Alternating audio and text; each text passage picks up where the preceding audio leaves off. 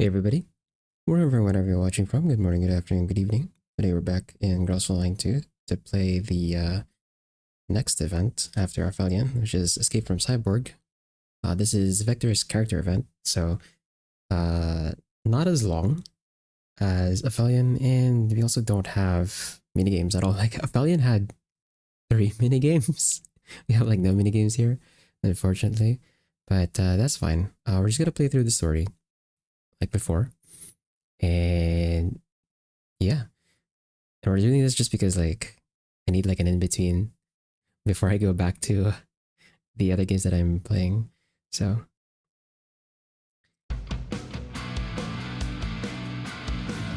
the BGM is pretty nice. Like, this is the exact same BGM they used in Project Net, which I did try like the first test, like the what did they call the test again? I don't remember, but like I did the first test for Project Net a while back. This is the same BGM, but like the only thing I remember from Project Net was like it during that test it was like crashing my PC. Hey Smart, good morning. But anyway, today we're playing this character event. I don't know where this fits in the story because Aphelion was chapter 9 and 10, and this is like, because it's a character event, it's sort of like an in-between somewhere. It's definitely somewhere in between like chapter 10 and 11, but I don't know the exact like details. But anyway, and just in time too, like the challenge stages are also open, so I could probably do the story, and then if we have time I'll probably do like the challenge mission here. But yeah, no mini games, just pure story. Anyway, let's go full screen.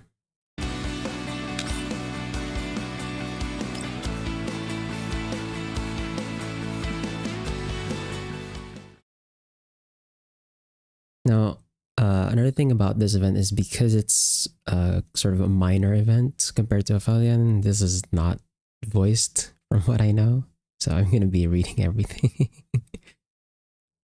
Everything has been overturned. The cycle is set to repeat. Offer a... Say what? God damn it, I didn't read everything. Okay, I'll just watch my own VOD later to read the text on that one. Do I want to use... like... I mean, the characters I use for this, since this is a story mission, don't really matter. I don't have to use like really high level units, but I already leveled most of my dolls at this point. Let's go with the fire team though. Since this is Vector's event, we're gonna go fire team. Yo! And where's Sharkery? Here we go. 了解 Your best cat girl voice. Ah, that is hard. that is hard for you. I don't know how, if I can do that well. Man, Vector's AoE is stupidly large. I swear, I have... If I ever face against the Vector in PvP, I have no clue what the hell I'm gonna do because the AoE on this is massive.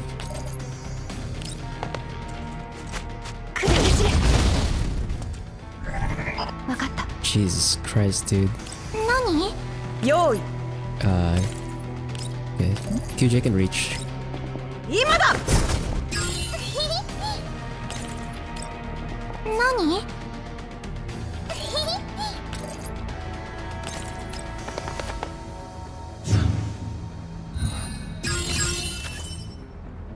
Oh, they don't aggro. Oh. I thought they aggroed. Never mind. よい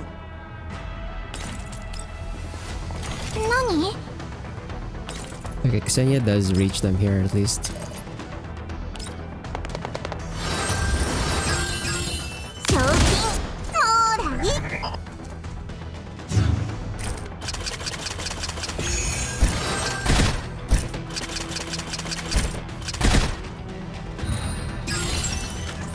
了解。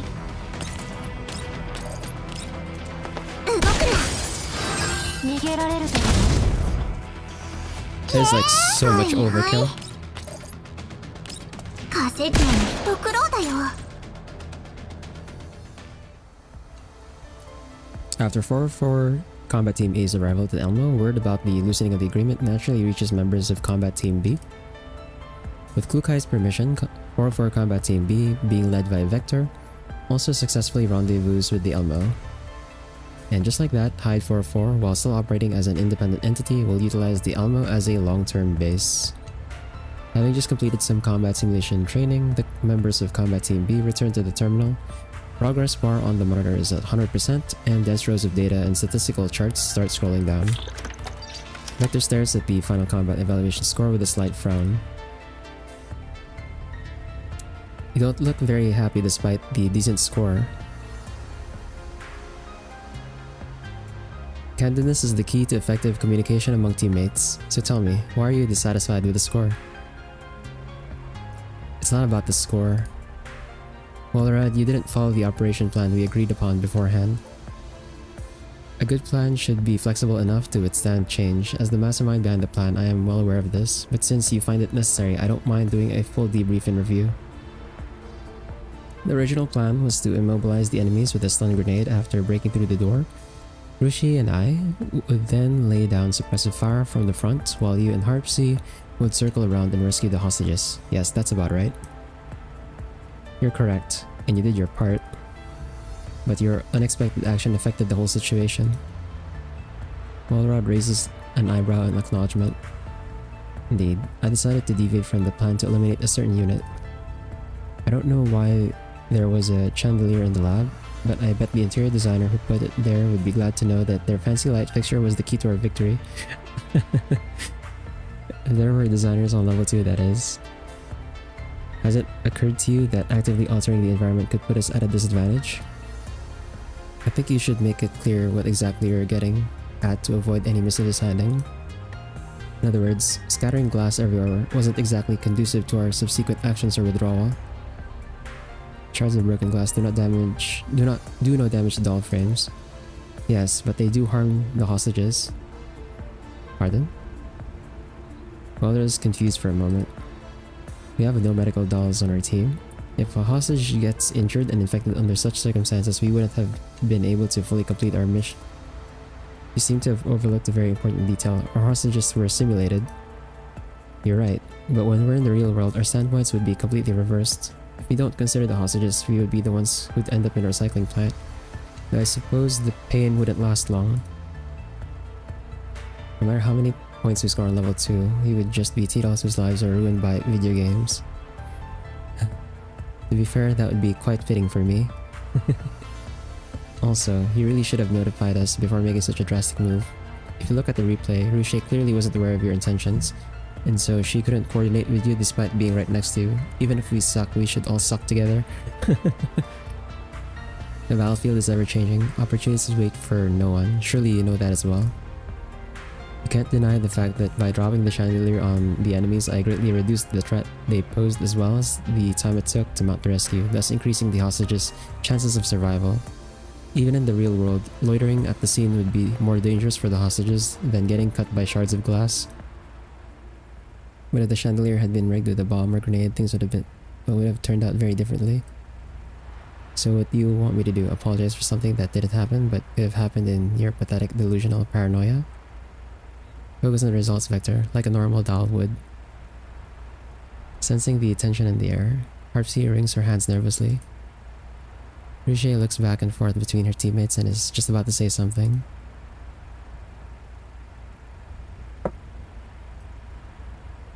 A knock on the glass interrupts the confrontation. The dolls all look towards the sound. Commander? The door slides open with a soft whoosh. I retract my gaze from the screen of the training room and direct my attention to Vector, who has jogged up to me. What is it, Commander? Are you here to supervise our training? No, I came to talk to you. Still, isn't this score a bit low for you guys? Following my gaze, Vector glances at the data shown on the screen through the glass. Yeah, I didn't handle the problem very well. We have very different habits and ways of thinking. The adjustment process is proving a little challenging. I don't know if you've noticed, but rather than adjusting to each other, that sounded more like a full-blown argument to me. You heard it all then? Just a part of it, but things were getting pretty heated. The way I see it, you do work well as a team, but maybe things may go more smoothly if you communicate in some other way. Luka has said as much. She told me to find an effective way of communicating with my teammates. But arguing is also a way of communicating, no? Maybe a bit harsh, but through an argument we can all efficiently state our own needs and deepen our understanding of each other. Besides, Walrod's cutting remarks also serve as a regular reminder that this position of leadership just fell out of the sky for me, and that I have yet to prove myself worthy of it. Walrod, the change in the way she speaks was a bit dramatic, but I'm sure she didn't mean it in that way. I do wonder what she has gone through. Her tongue is much sharper than it used to be. It still beats my constant self-pity. At least, she worked on becoming more persuasive. You see, on top of reaching an understanding, you also need to reach a consensus. You must also get Walrod to trust your concern and judgment if you value cooperation. But right now, both you and Walrod are still standing your ground and trying to force each other to accept your respective views. I hesitate as I gaze at Vector, who is now deep in thought. Vector was appointed as the leader of 404 Combat Team B by Glukai. It's clear to me that the biggest challenge that stands in her way of being a good team leader has nothing to do with her combat performance or battlefield awareness. The problem is with her personality and style. She fully acknowledges the problem, but that's all she does. She acknowledges it, and seems perfectly content to resign herself to it. I suppose deep down, even Vector herself doesn't believe that she's up to the task. Glukai may give her some pointers, but she isn't really the type to give any encouragement. Sorry, that might have been a bit harsh. Since you're the team leader, I'm sure you have your own way of managing your team. Right, back to the subject. Have you seen the message that Glukai sent you? Vector pulls out her communicator immediately. There's an unread message. MHT's training plan? What? I'll be out on a mission with Glukai. Anders and Bilka are also coming with us. MHT's frame is still under calibration, so we'll leave her behind on the Elmo for now. However, Glukai has put together a training program for MHT because she's worried that MHT is going to sleep the whole time we're away and completely neglect her essential data calibration. She said you never replied to the message she had sent you, but she's busy preparing for the mission, so I came to follow up on that for her. You want me to supervise MHT's training? That's right. I believe Glukai would like Combat Team B to bring her along for your training as well. Don't go easy on her. Not even a 4v1 or a relay fight. 4v1 would be a bit too... I've included all the things to note and precautions to take here. In any case, just make sure her head isn't always attached to her pillow. Fine. I hope MHT won't find the fight against me too underwhelming. Vector's pessimism is a bit of a headache, but since I'm set to depart, I'll leave it till after I come back. Basically, Glukai wants you to take over as MHT's leader while she's away. So don't hold back and be as strict as you want with her, Vector. I'll do my best, but only if I can even wake MHT and get her to attend her training. After returning to the training room, Victor informs her teammates of the arrangement made by the commander and Glukai. Oh? Looks like our great team leader has switched careers and become a nanny. Vector ignores Walrod, who is still hung up on the argument they were having. Let's call it a day. Submit your reports before 6. I'll read through them after I finish supervising MHT's combat simulation for today. Harpsy speaks up a bit timidly from her corner. What is it? Actually, may I supervise MHT's training? Eh? You're actually volunteering for a mission, Harpsy? No, I was going to supervise MHT's training to begin with, as a favor for Deer. Why? Because the EW tactical module she's using to debug her data was specially developed by Deer at Glukai's request. I also participated in the development of the module. Since Deer has disembarked and returned to the safe zone, he asked me to monitor the operation of the module. An advanced tactical module? Sounds pretty interesting. Not really, it's all rather boring. So, you know, since I'm supposed to be doing it, please let me. I understand. However, since Klukai has assigned the mission to me, I must be present. Harpsy, you're staying with me. Harpsy's face freezes a little comically as she struggles to respond. Okay. I'm staying too. Huh? Why are you also staying, Walrod? I would love to see for myself what kind of advanced training Team A undergoes. Problem? No, if Walrod is also here, then it's all over. In that case, Vivi, count me in as well. I'm sure you have better things to do. Hey, I want to spend more time with you, Vivi. Please! Staring into Richie's expectant eyes, Vector lets out a sigh. Suit yourselves. Just make sure you submit your reports by 6. 作戦終了。帰ろっか。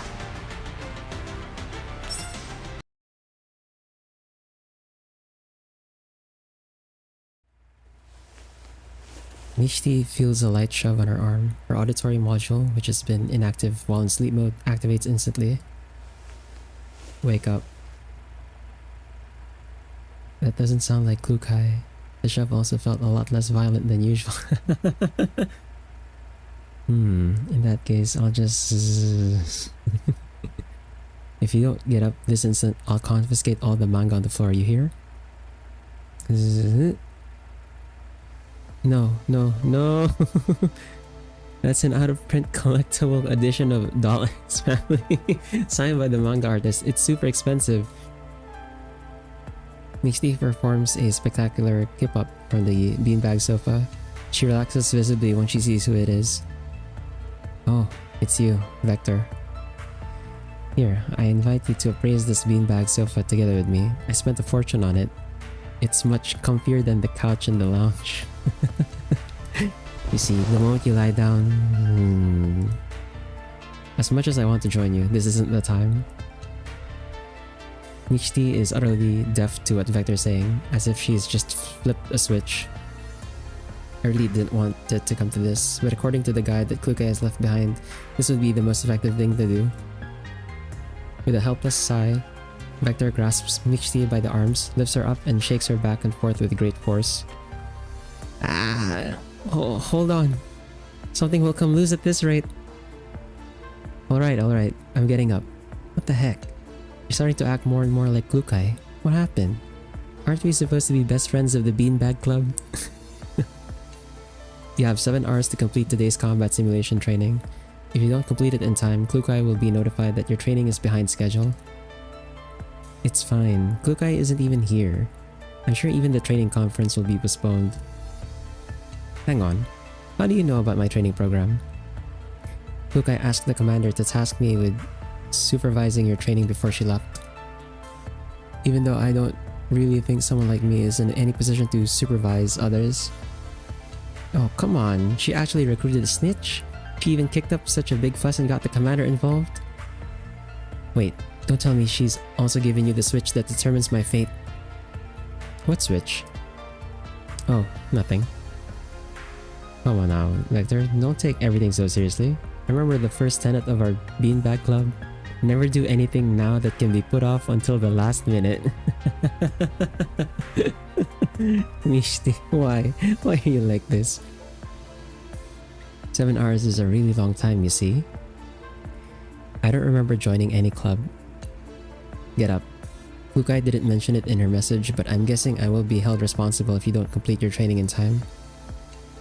Seeing that she can't weasel her way out of this, Mishti slides off her beanbag sofa reluctantly.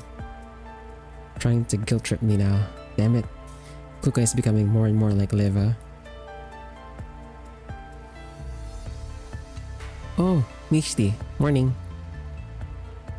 Isn't it almost afternoon? You guys on Team A sure are laid back. Mishti looks around the training room wordlessly and turns toward Vector. So just how little does Klukai trust me to have arranged such an over-the-top surveillance team for me? Maybe the two of us are the ones she doesn't trust. Whatever. Harpsy, make the preparations. Okay. Harpsy links Mixty to the control terminal. She hesitates for a moment after entering level 2, but then proceeds to activate the module. Turn on the monitoring device and project her level 2 onto the screen. Do we need to be that thorough? I believe by supervising, Kukai meant watching her every single move like a hawk. What's the matter with you today, Harpsy? You seem so tense. Huh? Do I? Look, Vivi, the image on the screen looks a bit strange. Prompted by Rushi's exclamation, Victor looks towards the screen. It is not showing the scene of a combat simulation.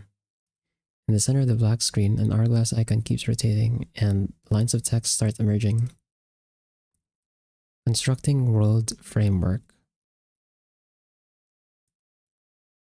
Formulating achievable objectives. Sowing tiny seeds of malice. Happy ending. What? What is this? Just then, a new image appears on the screen. The city from a bird's eye view is deserted. It appears desolate, dilapidated. The image lurches, then starts diving downward. A black spot on the ground grows ever larger. As the camera dives, new text appears on the screen again. The once prosperous and beautiful city fell into decline under the ravages of invaders. As a guardian, it is your unavoidable duty to eliminate them. Young one, go and create a legend. The subtitles disappear. As the camera approaches the ground, it gradually becomes clear that the black spot is in fact a doll armed with a gun. She's facing a horde of enemies that are ready to attack. Oh, that's Mishi.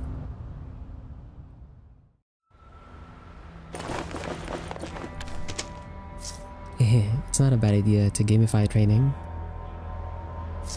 Well done, Harpsy. PhD, what's going on? Uh-oh, it's starting. Let's talk after this game.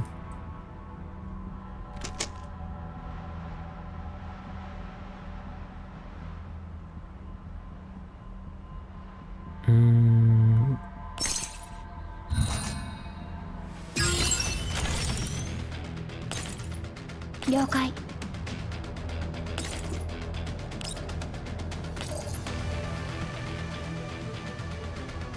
Just kill everything in range, bro. Oh my god.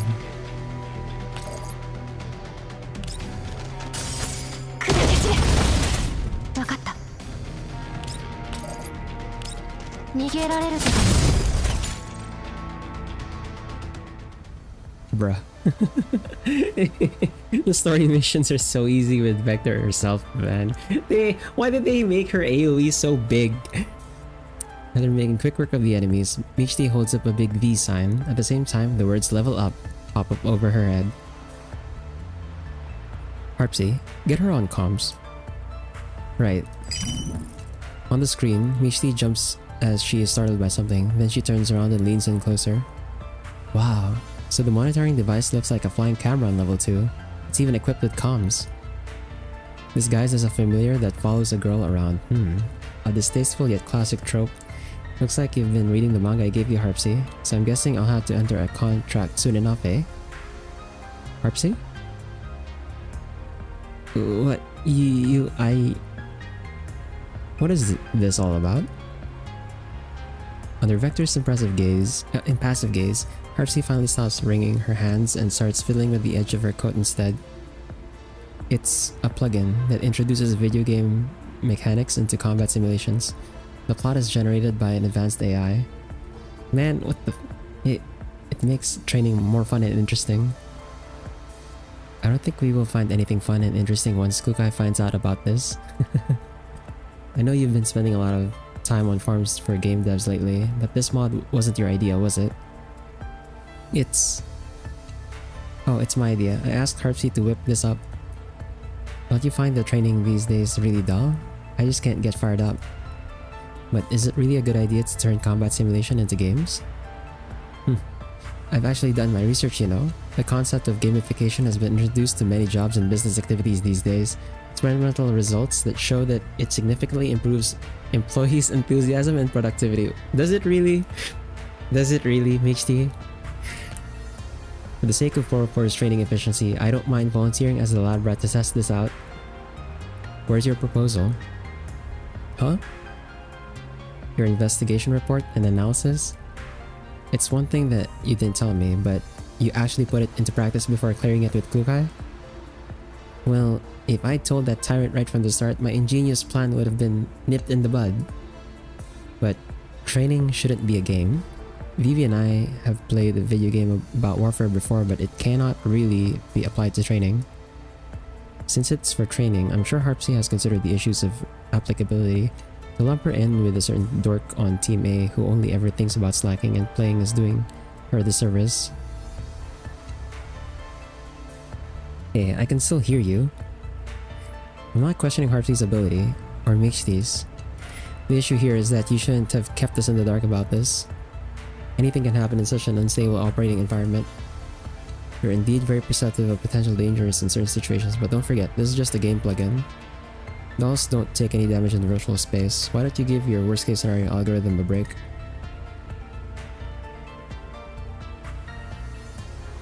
Harpsy gradually starts to regain her composure. She peers at Vector woefully. Walrod's face appears calm, but her eyes still flicker with emotion.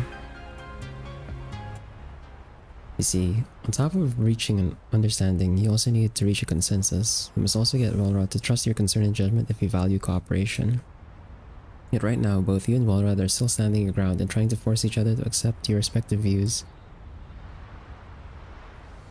To reach a consensus, maybe I should yield a little. Come now, let's not argue. I'll tell Klukai about this later. She'll probably tell me off, but no biggie. If I don't start playing training, I'll get a demerit for falling behind schedule. In the end, Vector lets out a soft sigh. Fine, carry on with your training. I doubt we'll be able to contact Klukai or the commander anytime soon. Alright. But I'm also taking part. Vivi? Huh? Well, I don't mind. You gave me such an earful, but you just want to play as well, hey? No, I'm just worried you'd run into problems that you can't solve. Also, if I don't experience it myself, I won't be able to report to Klukai on its implementation. Oh, how very serious and responsible of you. Harpsy, log me in too. Oh, okay. I'll change it to 2-player mode. みんなありがとう。完璧なショーができたよ。シャークリン。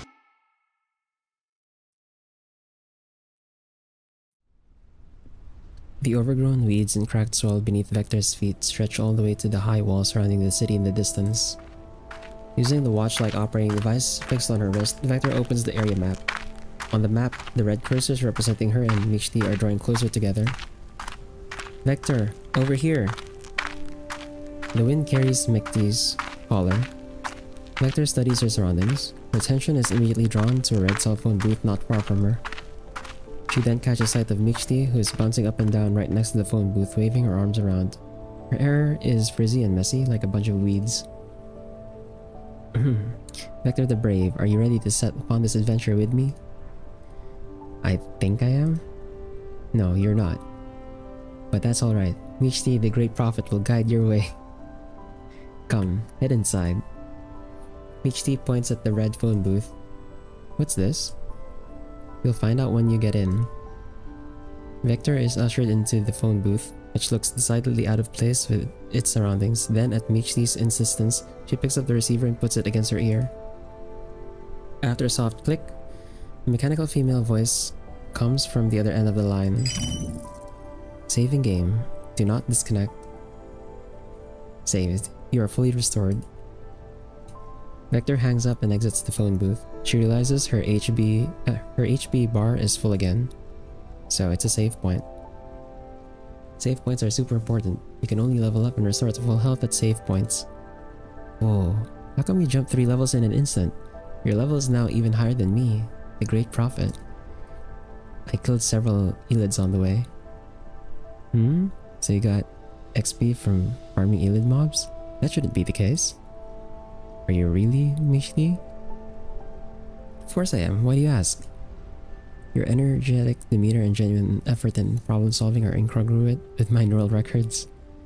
I told you as much, gaming can boost enthusiasm. If you were this enthusiastic in real life, Klukai wouldn't have... The sound of a bullet slicing through the air. Sniper, 11 o'clock. The two dolls dive to the side of the road. The next second, the bullet hole appears on the spot where they were just standing. Vector promptly draws her submachine gun and aims it at the source of the shot, but she freezes at the sight of her attacker. The doll standing on the slope not far away sports corkscrew twin tails that are most familiar to Vector. Relax, that was just a greeting. But her attitude is utterly unfamiliar. Huh? Ruche? Why is she also in the game? That's not Ruche. What? Who are you? Ruina Crystallis lies just ahead. It's not a place meant for morons like you. I've seen too many who risked everything trying to make a fortune, but ended up paying with their lives. Ruche, who bears the name tag number 90 above her head, continues her monologue as if she hasn't heard Vector's question at all. You're right. Ruche doesn't talk like Kluke. What? You don't know about Ruina Crystallis? The technology of converting collapsed crystals into crystal energy has won the city worldwide renown. Just how ignorant are you? Collapsed crystal? Crystal energy? Crystal energy has made Ruina Crystallis the most prosperous and affluent city in the world, and it is the best place for us crystal hunters to find jobs. Unfortunately, the largest arterial crystal pipe in there exploded, and the radiation released led to the creation of countless invaders.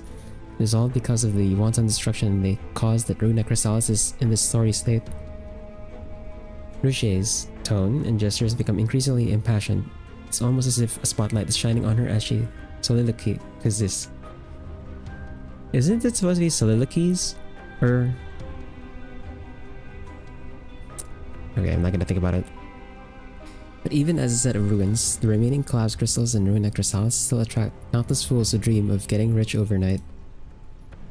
If you're just headless flies driven by greed, I advise you to turn around and scram as fast as you can. What the hell is she on about? Huh? You're not headless flies, you say? Then who on earth are you? After that, Ruche freezes like someone has pushed the pause button on her. She just stares at them unmovingly. Two lines of text appear in front of her out of thin air. A. You are not headless flies. B. We are guardians who have come to save the city. She seems to be automatically filtering what we say. These two lines are responses? Oh, maybe. What? Maybe we're in a cutscene and these two lines are choices that will set us on a different plot branches? In that case, Ruche, no, this number 90 must be an NPC? NPC? Michti, have you ever encountered this when you used your plugin previously? No? The plots were all really simple. It's either slaying a dragon to save a princess or collecting little beasts as pets. Why don't we just ask Harpsy, the creator of the plugin? Harpsy, what's going on here? But the surveillance camera simply flutters around them, giving no response. Strange. The comms line disconnected? Huh? Then let's just randomly pick an answer. Michti reads the two lines quickly. Let's not beat around the bush and just state our identity. Your guardians have come to save the city. Wow, that sounded pretty badass. Ruche comes to life again after receiving a new input. Guardians? Could weaklings like you actually be guardians? Since you're guardians, I have no reason to stop you, though I seriously question your ability to save Ruina Crystallis. How dare you question us? To prevent you from a humiliating death, I have some information to share with you. Invaders will regenerate infinitely in the radiation and can only be eradicated by using a secret weapon that can cleanse the radiation. The secret weapon is in a research institute on the northwest corner of Ruina Crystallis. I've guided many people there, but none have returned. If you're sure about this, follow this road and head north. There's a border terminal, which is the only entrance to this sealed city. And here are some supplies for you. System. Zone map. Outskirts of Ruina Crystallis obtained. Ammo 36 obtained. Main story quest updated. Head to the Research Institute in Ruina Crystallis. As the mechanical female voice speaks again, the dolls feel a soft vibration on their wrists. Now go and complete your mission. Stop taking up space here. With that, Ruche freezes again. Almost at the same time, a frantic voice shrieks from the surveillance camera. Vivi, that wasn't me. I would never call you a fool or a moron. Delete that from your neural logs. I actually find her assessment quite pertinent. Vivi! Don't worry, even I could tell that wasn't you. Get Harpsy on the line. Okay, but promise me you'll delete that. Harpsy, here you go. Harpsy's voice now speaks from the camera. Vector? Why did the comms line get disconnected just now? It didn't. To enhance gaming immersion, voice input is automatically disabled when entering a cutscene. What the f- A cutscene? So that number 90 really is an NPC? Yes. The creative AI I implanted in the plugin can only write very simple things in the early stages. After a period of time, it will learn and upgrade itself by reading the subject's neural logs. Maybe this is why Mishti had never encountered any NPCs before. Reading the subject's neural logs. That's right, due to a lack of R&D funding, some of the settings as well as the NPC's models and appearances are randomly extracted and recreated from dolls that have taken part in past combat simulations in their neural logs. So that wasn't really Ruche, but merely a character with Ruche's appearance data. The personality is based entirely on the plot generated by the AI. Carbon copy in terms of physical appearance, but with a completely different personality? Oh boy, that's pretty interesting. I'm getting really excited about what's gonna happen. Does this Runa Chrysalis she mentioned exist in reality? No, the AI just grabbed some information about collapsed crystals and made up the rest. Perhaps to ease Vector's concern, Harpsy adds cautiously. Don't worry, it's all just for internal use. None of it is uploaded to the network. Our data is totally safe. Understood. Vector nods. I have no more questions. Let's go, Mexi. Now that we have the new map, we should continue to explore. Oh, you seem to be even more fired up than me, Vector. See? Gamification does work. Perhaps, but being more fired up than you isn't something that warrants much praise. Following number 90's instructions, the two dolls enter the border terminal without much hassle. The deserted building appears spacious and empty. Gloom of the unknown lies behind the turnstile. Wow. Looks almost like a passage that leads to some kind of alternate dimension. Watch your step. What? Mishti dodges aside out of reflex. When she looks back, she realizes it's just the broken limb of an eyelid. Huh. Now that I take a good look, the whole place is littered with eyelid remains. I have a bad feeling about this. Once we go through this passage, we should be in the city. Vector peers at Mishti's health bar. By the way, I've been meaning to ask. What? What's that grayish-white thing underneath our health bar? It goes down periodically. Oh, that's... All of a sudden, a piercing howl interrupts their conversation.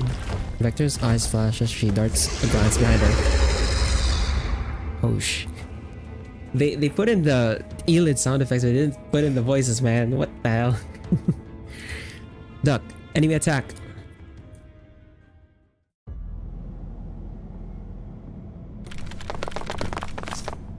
We are facing an unknown number of enemy units. Let's keep our distance for now. These footsteps. Wow. It sounds like there are quite a few enemies. Let's just try to handle them to the best of our abilities. Okay, I'll take this side.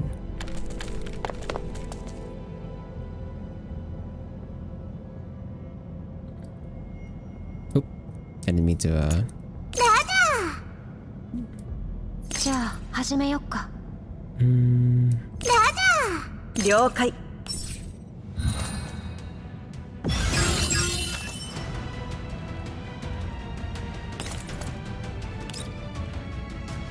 Can I hit everything here? No. We end up with like one crocodile at the edge. 来る走れ。わかった。何？今行くよ。用意。 イエー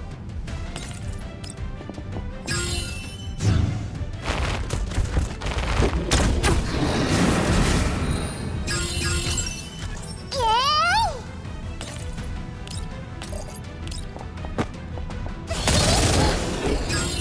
何？ I can't wait until they implement hard mode for the story events.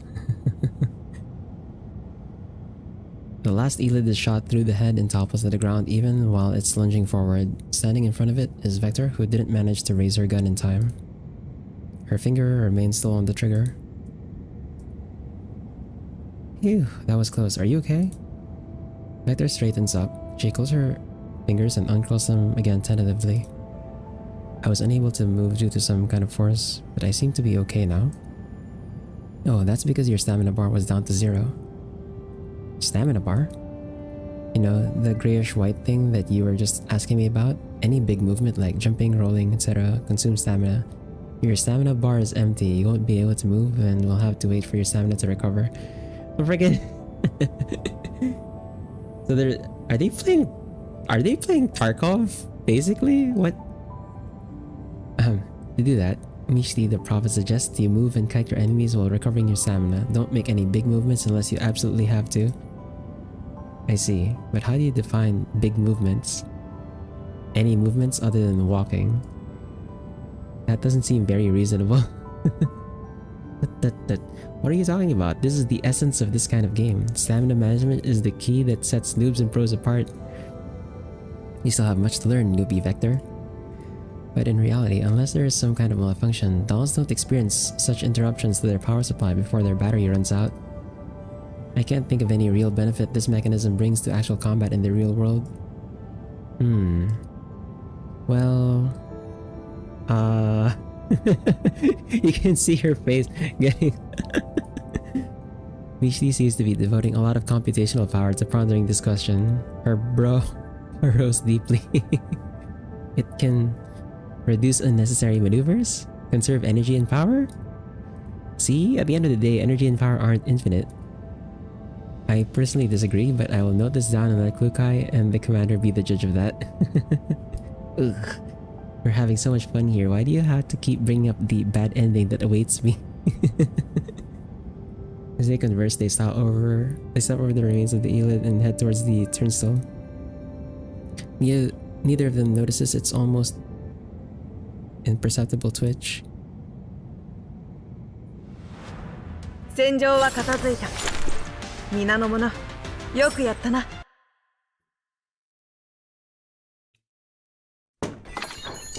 With a soft click, Vector and Mixti exit the phone booth. Before them lie the familiar weeds and cracked earth. The bloody text, "You died," remains hauntingly fresh in their memory. Wait, why are we here again? You return to the last save point only when you die. So they're playing Dark Souls with guns, bro. What the... So clearly we just died? How? I have no idea. I was talking to you, so I didn't see anything, but something probably ambushed us from behind. Just then, the surveillance camera pipes up while circling around them. Vivi, I saw it. It was the Elid that you shot down. It was feigning death. It was the one that is the one who attacked you from behind. Elid? It feigned death? We've been had. I should have known there would be such sneaky ass moves in this kind of game. Yep. Hang on, am I being ignorant here? Have you ever seen an Elid that knows how to feign death? Dark Souls with guns, isn't that just Bloodborne? You're right. You're right. Although I haven't seen how far the guns in Bloodborne can fire. Like, I know that you use the gun for the parries in Bloodborne, but like, that's about it. I haven't, but that doesn't really rule out the possibility. When it's a matter of life and death, even the poor Elids have to pick up some cunning tricks. Mixti, you're just pulling stuff out of your ass. What the... If that's true, then all commissions that involve Elids would double in price. This time it's Walrod who speaks through the camera. Vector, isn't this one of those extreme unlikelihoods that you're so obsessed with? This shouldn't be so far-fetched according to your logic. The derision in Walrod's tone does not escape Vector, but she makes no rebuke. Instead, she pulls up the game interface. We are missing a certain amount of ammo and 531 XP. Is this a system error? Oh my god, it really is Dark Souls with guns. They lost their XP, bro. What the Oh nah, it's probably the penalty for dying. Penalty for dying? Just as we get drops as a reward for killing enemies, if we die we also lose supplies and XP. But the supplies are usually retrievable at the location of our death. Oh my god. What? Why would you use this as your training combat simulation, Mixty? What the Wouldn't they be seized by the enemies? Huh? That'd be way too infuriating, no? These are the player's hard-earned supplies. If any game implements that, it'll flop real hard as soon as it launches. Though it might actually be an interesting gimmick. Feels like the game is dragging us around by the nose. Yeah, I totally get what you mean. Sometimes when you just can't beat the game and you're so angry you just want to quit, you'll think to yourself, oh, I should at least pick up the loot before quitting. Then once you've done that, you'll think, since I'm here, why don't I give it another go? Maybe I'll beat it this time. And then before you know it, a whole night has passed. So the game is exploiting the player's fear of loss and competitive nature to keep them addicted. Let's go and retrieve our loot and make our way to Runa Crystallis.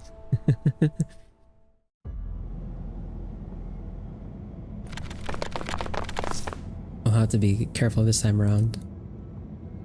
We'll be fine. I know that the elids here can play dead now. But it's so annoying to have to fight them again. Remember to shoot them once more after they go down to ensure that no elids are playing dead. Yeah, I've got it. Then let us begin.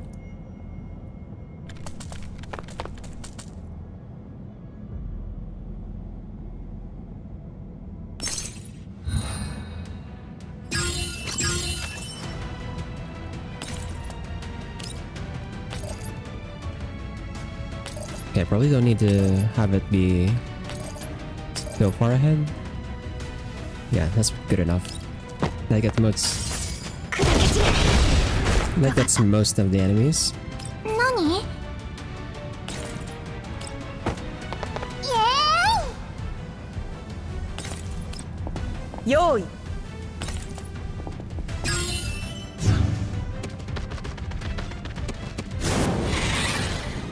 It died to the bird.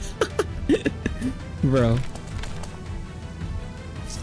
That was close. I was starting to think that I would lose. That was the hard game. Oh crap, Whoops. I clicked one too many times. Okay, I'll have a look over there. Michi and Vector start rummaging through the pile of elids scattered all around for supplies. The searched elid corpses disintegrate and fade away. Ammo 63 obtained, healing potion 10 obtained, item crystal bracelet obtained. Zone map, Runic Crystallis urban area obtained, new zone unlocked. Cheap bracelet made of inferior crystal fragments. Judging by the description, it seems pretty useless. If it's useless, it's probably an item that's related to the plot. We can't go wrong by keeping it with us. Say, this has been quite profitable. With all the XP, we can level up twice in a row. But we're constantly at risk of losing the XP before we find the next save point. It'd be wise to not treat them as yours yet, so that you don't feel sorry if you do lose them. If we lose them, we can always get them back. It's just a bit of a pain. You can always start again in games. You can always start again. Does that mean you don't always give it your all? Exactly. Oh, no. I always put in an effort. Vector stares at Michi with a look of disbelief. Then all of a sudden, another thought seems to have struck her. If we die again while in the process of retrieving our loot, will we still be able to recover the things we were trying to retrieve? I haven't really come across that situation, but speaking from my game experience, probably not. Harpsy, is that right? That is indeed the case. I base it on a game with similar mechanics. Basically, you can only recover the things that you last dropped. So if your inventory is empty to begin with, you won't be able to recover anything. Oh my god, it really is freaking... In other words, players are very likely to end up with nothing at all. Huh? Yeah, if you're not careful, then that's true. An extremely limited amount of save points, save-based recovery, enemy resetting, drops, penalty. So far, I find the design and features of this game that are beyond the scope of training a little too harsh and cumbersome. Huh? I was just trying to match the level of difficulty to the module. Also, Mishti said these were all standard setups for games. Standard setups for games. I'd assumed you would at least consider how to incorporate training into the game, but from what I can see, you have simply shoehorned it into a framework without much thought. This was supposed to be combat training that was just gamified, but they're really just playing a game instead. What the fuck? That's where you're wrong. Okay, what do you have, Michi? What are you gonna pull out of your ass this time? Suffering is the essence of this sort of mechanism. Only through the trial of hardship does the fruit of victory taste sweeter. What?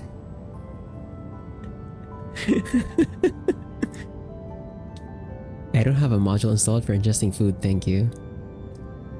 So, what else do I not know about the essence of this kind of mechanism? Sigh, you're missing the point, Vector. You've been approaching this with a negative bias and much reluctance from the get-go. It's only natural that you struggle to experience the fun that I'm trying to explain. Shut your...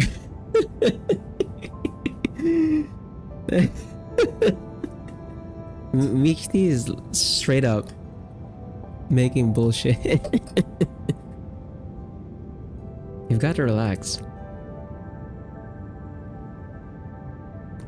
I think you also completely failed to comprehend my concerns.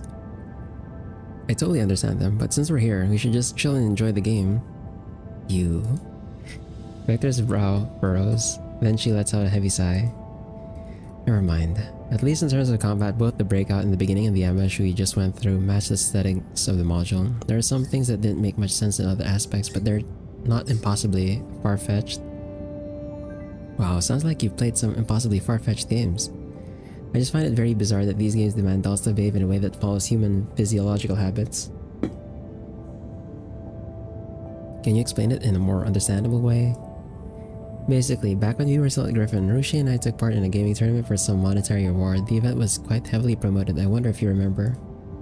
Gaming tournament. That does ring a bell. Oh, this is the So, the Division collab in Girls Frontline 1 is canon, basically. Because they're talking about that collab where where they were playing something similar to the Division, and like we also got like an event version of Vector and Klukai for that one. Apart from dying in combat, players in that game could also die from hunger and hypothermia. Yeah, and Mishti died of hypothermia in the event story for that collab. That wouldn't be so strange for humans, but we are dolls, so we tend to overlook such problems. If this plugin also incorporates the same mechanism that makes it possible for us to die from a lack of sustenance or low temperatures, then it would make it even more difficult for us to beat the game. Hold on, don't tell me you're talking about the Division. What, you didn't participate? Nope. She's lying. She's friggin' lying. I remember a doll player did actually freeze to death. I think she went by Pink Nyan Nyan Punch. Yeah, that's her. That's literally Mixi. What a tasteful name. Right, we better get going or the elids here will respawn. You're right, and let me check which way you should go. After scrutinizing the map for a while, Vector plots out a serpentine route. Looks like we'll be spending quite some time on the road. The Research Institute and the border terminal are on two diagonally opposite ends of the city. Oh, that's really far. How long will it take us to get there? Running across the map is always such a chore. Can we just travel along a straight line here? Michti points at a straight passage leading to the northwest area marked with a dotted line on the map. The mouth of the passage is right ahead of them. Underground transportation hub of Rue Necrosalis? Are you sure? Anything underground always sounds particularly ominous. The value of training is demonstrated in dangerous places. We're not tourists, so what's the point in spending so much time on the road? You're right. It's more important to complete the training.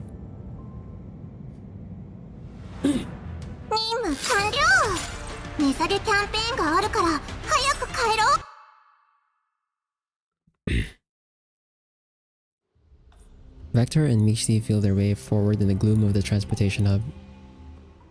If we die again, let's not go underground again. According to the map, this is the fastest route to the research institute. The route above ground is too meandering. But at least we're much less likely to get surrounded and brutally killed by enemies in the dark like just now, don't you think? I didn't know our night vision was disabled. Our most recent death cost us 1,500 XP, 110 ammo, and 25 healing potions. Ugh, all our effort down the drain, just like that. Don't just assume we're definitely gonna die. We've gone through this part before, so we can just counterattack following the enemy's sequence of attack, right? And have you memorized the enemy's sequence of attack? Well... 2 came from straight ahead, then 3 from the left, and 1 from behind? Wrong. There were 2 enemies attacking us from behind. The one who grabbed you crawled up to us on the ground, while the one who attacked me was hanging from the ceiling. Vector feels the doll behind her shiver. That sounded like something right out of a horror game. But since you've memorized it, we should be fine, no? There's no telling if we will encounter more enemies after that. You're right. Games like this love kicking you when you're down. Seriously, this AI has really got the sadism of certain game devs down pat.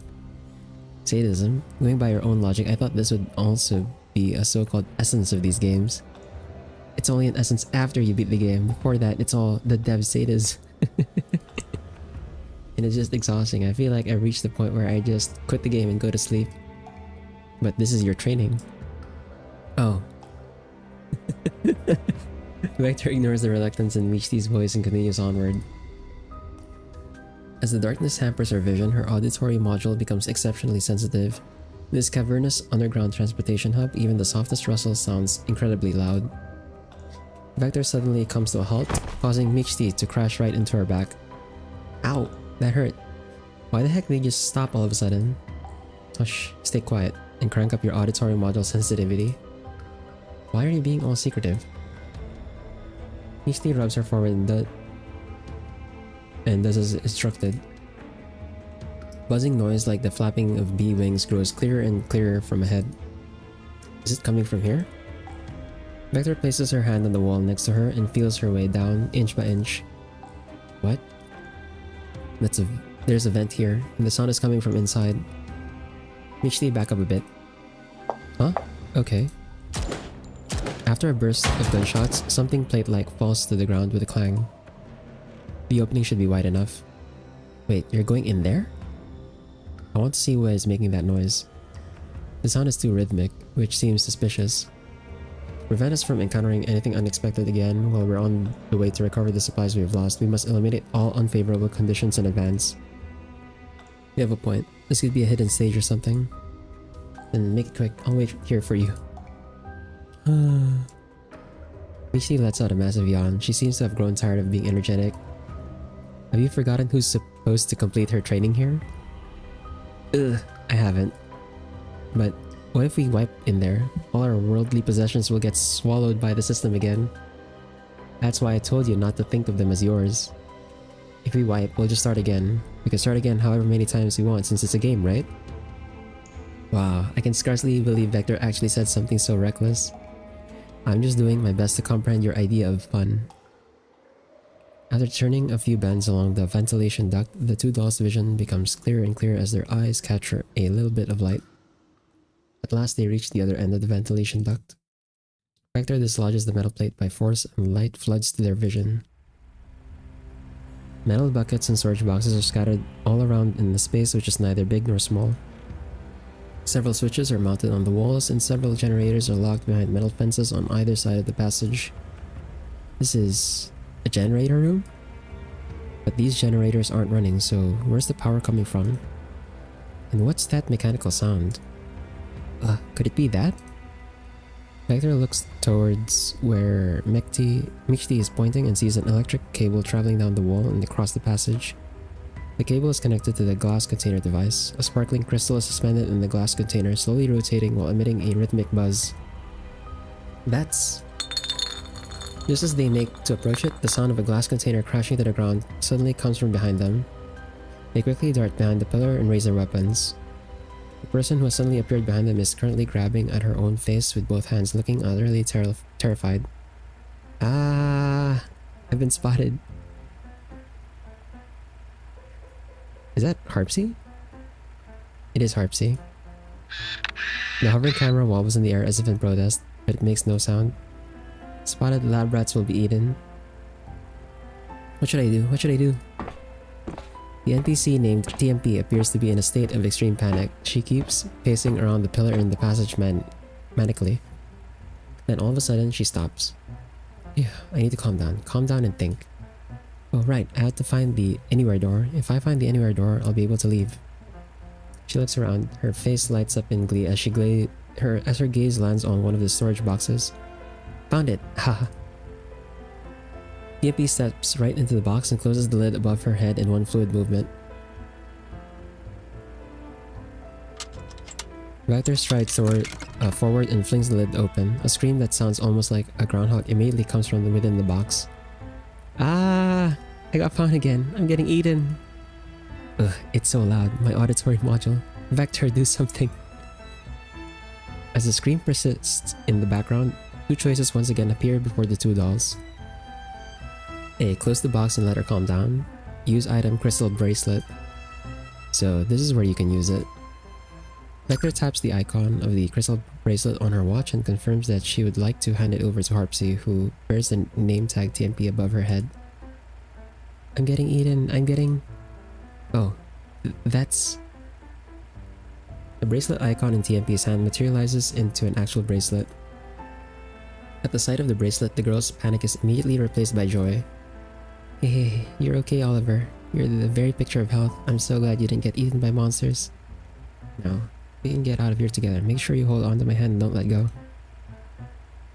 TMP puts the bracelet on her wrist fastidiously, then she gives the two dolls a solemn bow.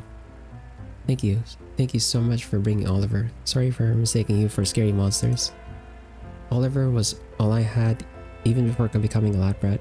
We loved going on treasure hunts in the city. Oliver said we were just picking up trash, but I often found treasures. Sounds like a scavenger, but what's the deal with this lab rat business? Then one day someone told us that he could offer us unlimited food and a safe place to live, but in exchange we must do him a small favor by trying out some colorful candy and drink. What?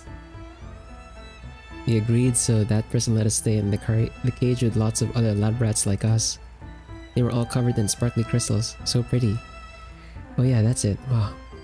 Thank goodness it didn't break. The jar is surprisingly sturdy. TMP picks up the glass container with the crystal lying by her feet and lifts it up for them to see. He said this crystal is super useful. It generates heat and power and can do anything.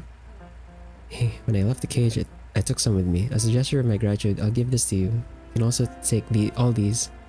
Their watches ping with notifications. Collapsed crystal ×3 obtained. Crystal powered flashlight ×1 obtained. Item broken pocket watch obtained. This is all the treasure I have on me. Oliver and I will be resting here a bit. Until next time, kind strangers. After delivering her lines in rapid fire mode, TMP falls silent. Wow, she came, she monologued, she scrammed. What a perfect NPC, utterly no nonsense. Whatever the case, this Vector waggles the flashlight in her hand. Shows that we can hand in plot related items to NPCs in exchange for items that can help us along the way. The broken pocket watch probably also has its use, but there's no guarantee we'll run into the right NPC. Don't overthink it, we'll encounter them when the time is right. At least we have a light source now. We won't be so easily ambushed by elids that jump us from the shadows like before. But we won't necessarily beat them even if we can see. Oh, one step at a time, I suppose. Now let's go get our stuff and continue on to the city. I can finally see clearly. Wow, so many enemies lying in ambush. All units be cautioned and take care to not be ambushed again. That enemy seems pretty dangerous. Maybe we should gang up on it? Agreed. Now that's what I call a tacit understanding between members of a fraternity. What?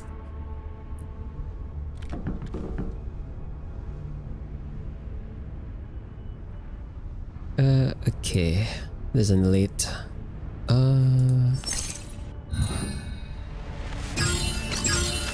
mean, I just have to use Vector's ult here.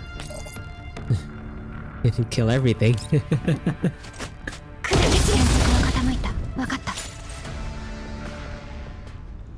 With the help of the flashlight, the two dolls promptly dispatch the invaders in the transportation hall and recover their loot. Watching her XP bar slowly grow, Mishti lets out a long exhale. Phew. I'm kinda in the mood again. Something's not right. Huh? I recovered less than 2/3 of my previous XP. I also have fewer supplies than before. What about you? I don't really see much of a difference. On top of the loot, I have a feeling that something important is missing. Something important? It's all simulated data here, so you shouldn't lose anything. If you lost important neural logs, your neural module would also flag it. That's true. But I'm absolutely certain that this isn't all of the loot. Could it be a bug? Bugs are pretty common in games. Just ask Harpsy for a patch update. Harpsy, can you please take a look? Sure thing. Leave it to me. While you're at it, also check the surveillance connection. Your voice is getting fuzzy. Okay. When they finally emerge from the underground transportation hub, the sunlight is so strong that Mishti has to squint her eyes. Ugh, we're finally out of that dark and miserable place. So this is the city proper of Runa Chrysalis. It doesn't seem all that different from the satellite cities we've visited before. The image is taken from our neural logs after all, but there are differences. Look over there. There are colorful glass pipes of varying thickness and lengths as far as the eye can see. Some of them lie under overturned floor tiles, some are poking out of broken walls, while others are completely exposed outside. Most of them are cracked and broken, like icicles piercing the city. I wonder what these colorful glass pipes are for. This must be the crystal pipe explosion or whatnot that the NPC Ruche mentioned. Crystal pipe Ruche. While Vector is still deep in thought, a mellow voice speaks up from behind. And Doris, those are crystal pipes, therefore transmitting crystal energy. Andoris? Andoris, who has appeared behind them at some point, clasps her hands and blinks. Her lips curl into a prim smile. Ever since people discovered how to convert collapsed crystals into energy, the city began laying pipes made of this special material on a large scale to transmit energy to every corner of the city. The city was therefore named Runa Chrysalis, and the pipes were also named crystal pipes. These rainbow-like crystal pipes were essentially the arteries of the city. Right. Are you crystal hunters?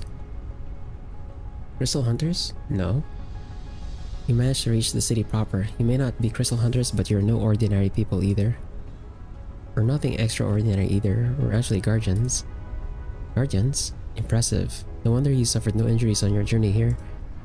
Well, that's not entirely... What is it, Vector? Feeling a tug on her sleeve, Misty looks back at Vector. Don't you think there's something strange about her? Strange? Yeah, you're right. It's like talking to Anders in the flesh. That's not what I mean. Have you noticed that our interactions with the other NPCs are done through multiple choice questions, whereas she's able to converse with us freely? Maybe it's just a fluke that her pre-scripted response matched the conversation? Let me try again. Mishti clears her throat. Andoris? My name is G36KKSK. She actually registers what we're saying. She's different from the previous NPCs. We'd better be careful. And who are you? I'm a mercenary dispatched to Runa Chrysalis to search for and rescue survivors. You're here on your own? I came with a company, but the intelligence we receive is inaccurate. The number of invaders drawn here by the leaked crystal energy far exceeded our expectations. Out of the whole company, I'm the only one left. G36KKSK frowns slightly. I'm trying to gather as much of my companions' possessions as I can, just to give some closure to their families. Two dolls fall silent as they return her resolute gaze. Something just feels off. Have you got any ideas? Not really. It's too much of a pain to... Okay. I just want to get this over with and get some rest before Klukai comes back. Have the motivational effects of this gamification thing worn off already? Well, even a gamer girl would get bored after playing for so long. Klukai? No, nothing. You're gathering your fallen companion's possessions, you say? Have you found anything yet? No. It's like trying to find needles in a haystack. Possessions.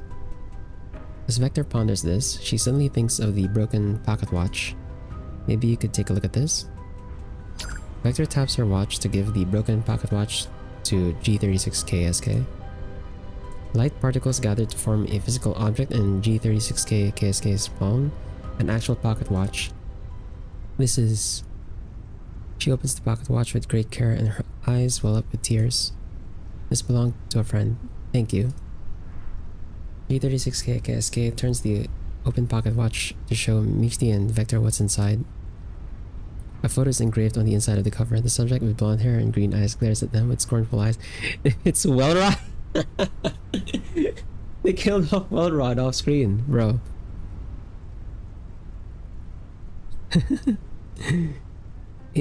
It's Welrod. Vector eyes the hovering camera with some trepidation. It's for the plot. I hope she doesn't mind too much. Thank you. This is probably the only thing I'll be able to find. I don't have anything to give you in return for the favor.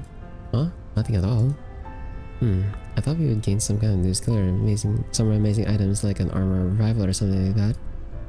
Very sorry, I'm afraid I don't have any armors of revival, but I could join you and lend you my strength.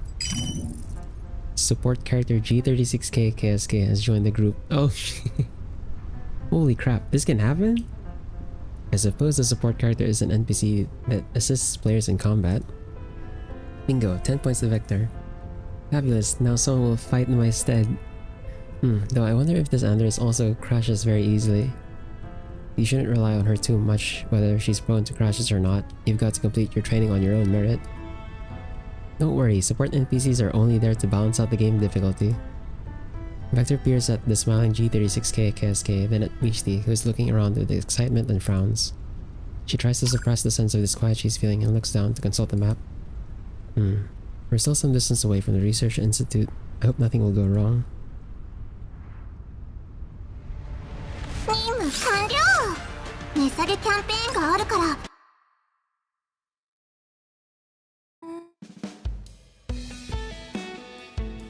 Okay, gonna be a reading stage.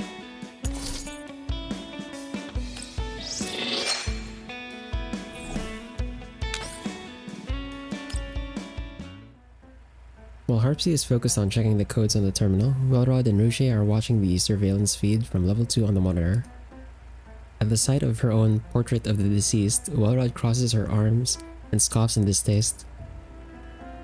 Don't let it bother you. Harpsy said as much. It's all randomly generated. You saw how odd I was. Don't be ridiculous. You think I'd be bothered by that poor facsimile of me? I'm actually more curious about who's behind the design that made me exist in big data in such a disrespectful way. You're totally stamping your feet, yet you still won't admit you're angry. Don't worry, Vivi and the rest of us won't tease you about it. Who's scared of being teased? All I'm saying is the random function of the plugin could use some optimization. Oh? What is it now? They got killed by the invaders again. Welrod turns around and snickers when she sees the "you died" on the screen.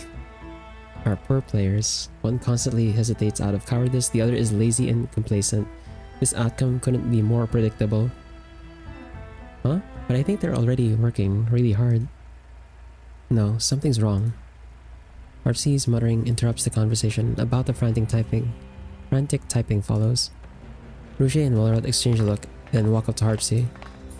What is it, Harpsy? What's wrong? There's some kind of anomaly in the data. The code that determines the drops is a bit different from what I wrote. It got overwritten. Oh, so that's why they didn't recover all the loot? But who would overwrite the code? I don't know. Harpsy's input triggers pop-up windows on the screen, each bearing a large red cross that flashes continuously. Even Rouge and Welrod, who know little about programming, can tell that this means that Harpsy's attempt to overwrite the code has failed. I can't do it. The editing permissions are completely locked. I can't make any changes. Who on the outside could possibly bypass my access permissions? Lear? No. Could it be a virus? But I wasn't connected to any external network when developing and running the program. Don't let these distractions befuddle you, Harpsy. I think it's time for the two dolls lost in their fantasy playing Guardians to wake up from their dream. Alright, I'll contact them and tell them to disconnect from level 2 right away. Harpsy clicks the comms button on the terminal, but the error pop-up appears on the screen again. Comms are jammed. Jammed? Anything else that seems out of the ordinary? Let me see. Harpsy types away on her keyboard. As rows upon rows of text scroll down the terminal's screen, Harpsy knits her brows. The drops aren't the only thing that got overwritten, even their neural data. Neural data? Every time they die, they lose a certain portion of their neural data. The data flow is untraceable. It could be some kind of virus. At this rate, the virus will completely take over their neural modules. What? Stay calm, will you? Don't sabotage yourselves with panicking. Harpsy, can you handle this virus? I don't know. I tried to trace it, but the virus is probably capable of hiding its tracks, so I couldn't. I can't issue the command to terminate the program either. Ugh, what should we do? Unfortunately, panicking won't help you trace the data flow either. Calm down, Harpsy. You are one of the creators of this module plugin. No one knows it better than you. To be fair, Deer probably knows it better than me, but if you ask Deer for help, Kukai will also find out. Then The cat ears on Harpsy's head droop instantly, probably at the thought of Kukai. I know Kukai is scary, but Vivi and Michiti's safety is more important here. I know, it's not like I don't care about their safety, I just... Seeing that Harpsy is on the verge of tears, Wellrod bends down and rests her hands on Harpsy's shoulders. She looks directly into her eyes. If you're certain you can't solve this issue on your own, then get in touch with Deer. Taking responsibility is indeed a daunting prospect, but remember, you're not alone. Wellrod's firm hands may have steadied Harpsy's nerves a little. She tries to collect herself and nods frantically. Sorry, Harpsy. I was also a bit beside myself, so I just blurted that out without thinking. No, I shouldn't keep hesitating. Alright, save this self-reflection for later. Now let's get moving. Wellrod claps her hands. Harpsy, contact Deer. Ruche, send a message to the commander and Kukai to explain the situation. Messing up ourselves should spare us from the worst of the storm.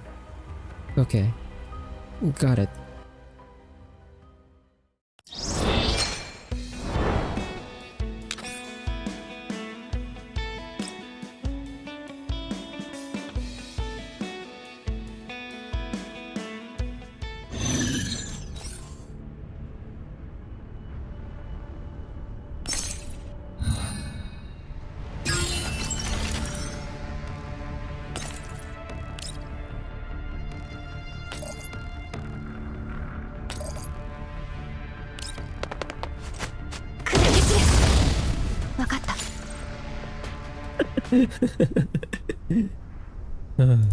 Michi takes in the defeated enemies all around her and expresses her heartfelt admiration. Some have fallen headfirst into the pit, while others are hanging onto the guardrails.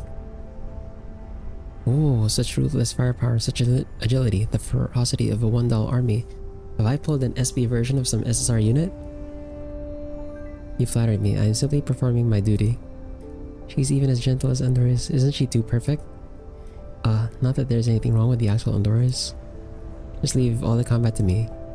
Wow, I've been waiting for so long, and someone finally says this to me, and this is indeed the dependable junior that I've long dreamed of. Not that I'm complaining about the actual Belka and Andorus. Vector looks at Michiti, who is hanging onto G36K KSK like a rucksack, with a hint of helplessness. Are you planning to make her carry you the whole way? What's the problem? It's not like walking is part of the training. I think that chewing out by Kluke is inevitable at this point, but if she sees you like this through the surveillance recording, it's just a matter of a 500-shot drill turning into an 800-shot drill. Quantitative change often leads to qualitative change. She might start tormenting you by targeting your precious collection instead. Suddenly remembering her large collection of special edition manga and merch, Michi lets go of G36K KSK demurely. Klukai is away, but she still stalks me like my own shadow. Alright, let's go and retrieve our loot. Michiti and Vector walk toward the two beams of light not far away. The loot enters their respective inventories in a burst of light. Noticing the problem, the two dolls look up at each other almost at the same time. I think you're right about the deducted loot. We've only got back less than half of the XP and supplies. Harpsy, have you figured out what's wrong? The camera hovers smoothly next to them. It makes no response. Harpsy? What's going on? We're not in the middle of the cutscene right now, so why are comms being jammed? Vector, this Harpsy or whatever that you keep talking about, who is it? It's... Vector suddenly realizes that something is terribly wrong. It's Harpsy, imprint model TMP. She repeats the familiar name slowly, but Michti just stares at her even more blankly. Harpsy?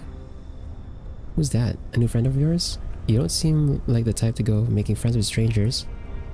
She doesn't seem to be joking. Making jokes takes too much effort for Michti.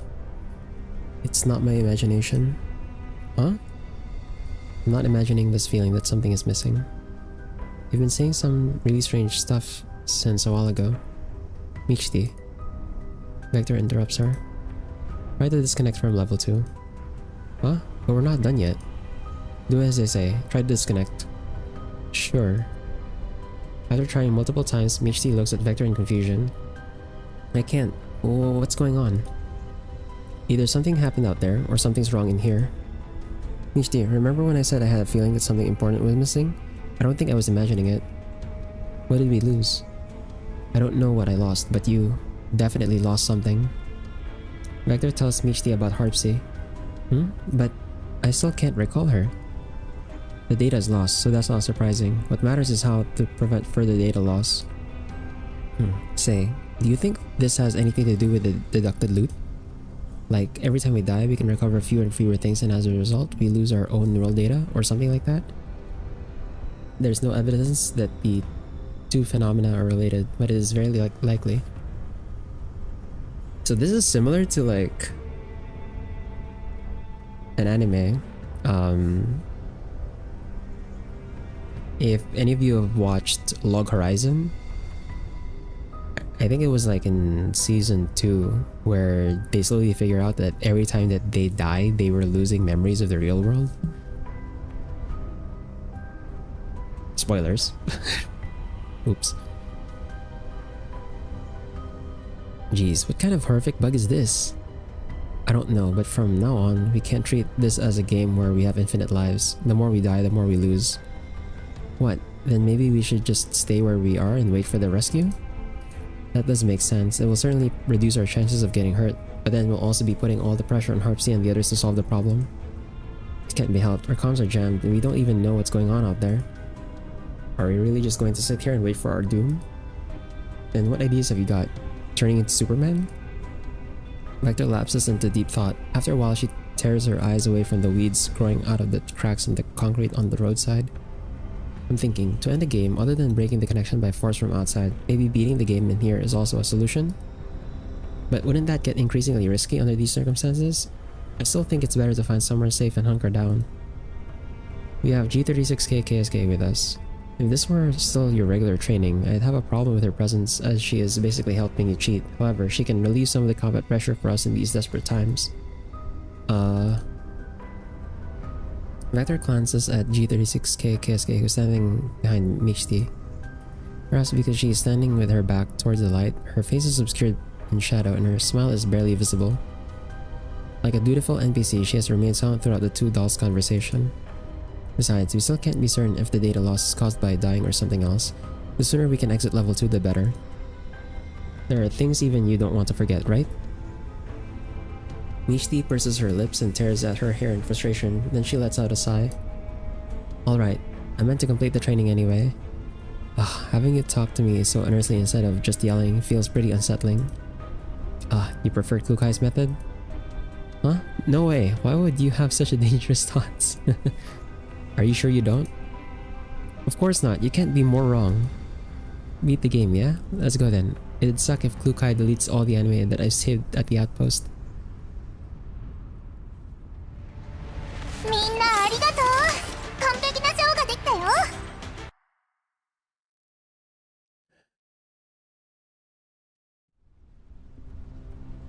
Satellite City streets in their memory were at least somewhat orderly, but here, large chunks of broken crystal pipes are scattered everywhere. Uprooted sidewalk slabs reveal barren yellow sand beneath, and as they walk along, the view looks no different from the yellow zone. We'll reach the Research Institute once we cross this district. Wow, it looks as if Ultraman and some monster had a brawl here. We're quite close to ground zero of the arterial crystal pipe explosion, and the high concentration of Klaus radiation attracted many invaders and elids, so this place has practically got razed. So this place practically got razed to the ground. In other words, there could be a lot of enemies lurking about. We can't afford to be careless. That's true. We can deal with anything unexpected better if we proceed in an inverted triangle formation. I can take the rear. No, you lead the way in front. Next thing I will cover the rear and flanks. Understood. G36K KSK nods demurely and walks ahead with her weapon held at the ready. You seem wary of her.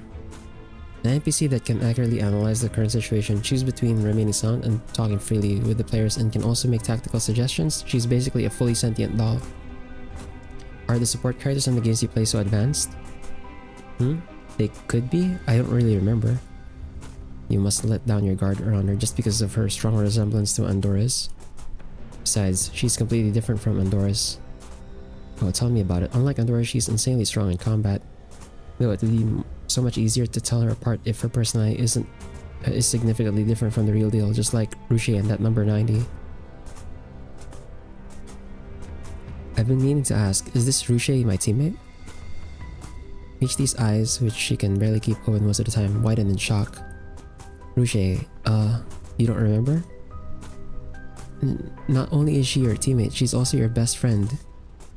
Best friend. Corkscrew twin tails, always twittering by your side, and what else? I don't really know the story between you two. Vector racks her neural cloud, but she can't find any trace of the name. In her incomplete neural logs, someone runs over with the recruitment brief full of red crosses. The same person calls out to her through the thick glass while she is soaked in corrosive liquid. But the person's face is utterly blank. Vector freezes in bewilderment. I only found some broken memory fragments. Mishti glances uneasily at the camera that has been following them in silence, then awkwardly tries to comfort Vector. It's gonna be fine. Once we get out of here, we can reload our neural backups. A building ahead of them collapses all of a sudden, emitting a deafening noise. A long-haired girl emerges from the swirling dust. She stumbles in this direction, followed by invaders that are chasing her relentlessly. Help! Multiple enemy targets spotted ahead at 1 o'clock. Exact number unknown. They are moving towards us at high speed. Engage in 8 seconds. Hold on, that's... Worry about that later. Prepare for battle.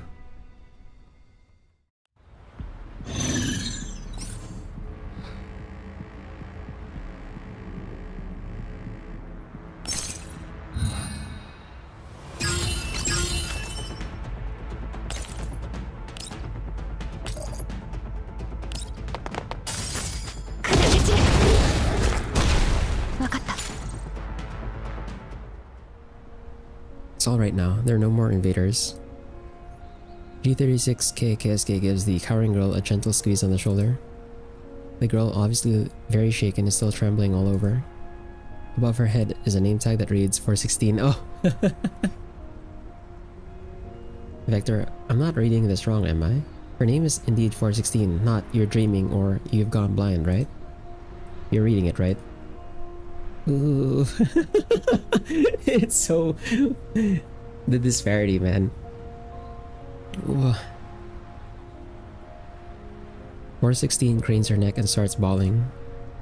Fat tears roll down from her eyes. Her usually cold and haughty face now looks almost pitiful. I know it's not the real deal, but it sure is impactful. I didn't expect we'd run into another new NPC so close to the research institute. The two dolls walk up to 416, who suddenly jumps to her feet and grabs Mishti. Whoa! I almost forgot. My sister. Please save my sister. I beg you. What? Sister? My arm is gonna fall off. Over here, follow me. 416 lets go of Mishti and runs back in the direction she has come from. Sheesh, her personality is different alright, but she's still got the same monstrous strength. Oh, hurry, we're going after her. It is surprising that there are still such well-preserved houses in this city. There's even a sofa. Mishti, immediately drawn to the sofa near the entrance like a nail to a magnet, collapses into it. G36K KSK follows them into the house and stands quietly in the corner. So soft, so comfy. It doesn't quite compare to my beanbag sofa, but it gives the couch and the lounge a run for its money. Come, Vector, savor this hard-earned moment of tender coziness. No, thanks. Get up. We have stuff to do. If you mean the cutscene, you handle it. I'm very sleepy. Let me... She can go to sleep even on level 2. Vector shakes her head in mild disbelief and walks up to 416, who is now by a bed in the room. She has to admit that the calm and quiet atmosphere here is quite relaxing. She decides not to bother waking Mishti. Big sis, are you okay? Don't scare me. As Vector approaches the bed, 416 unfreezes and starts crying piteously while holding the hand of the person lying on the bed, who happens to be Bilka. So they flipped it. Kuka is the younger sister in this scenario. Okay. The one lying on the bed with her eyes closed and her face pale is none other than Bilka, but the name tag above her head reads G28. Hearing 416's voice, she musters her strength and opens her eyes just a crack. Big sis, you're badly injured. I tried to find you some medicine in the research institute, but I ran into invaders. These people saved me. You... Don't talk, big sis. Excuse me, do you have any medicine with you? The watery green eyes turn to Vector, and she suddenly understands how Mishti feels. Impactful indeed. Under 416's imploring gaze, Vector taps her watch and gives her a healing potion. Thank goodness, big sis, they have medicine. I'll give you some right away. She tries to prop G28 up from the bed, but she may have aggravated her wounds as G28 starts coughing violently. Big sis, are you alright? So noisy, what is going on? Mishti sits up on the sofa and rubs her eyes. She looks over at the bed. Oh, that's Bilka? She rubs her eyes again. Kuka is holding Bilka in her arms? They're both NPCs. I know, but Kuka is bawling while clinging to Bilka. No way. I don't care if it's real or not. I've got to capture this absolute masterpiece. Oh, where's my terminal? Michti pats herself down frantically, but then she remembers she's on level 2.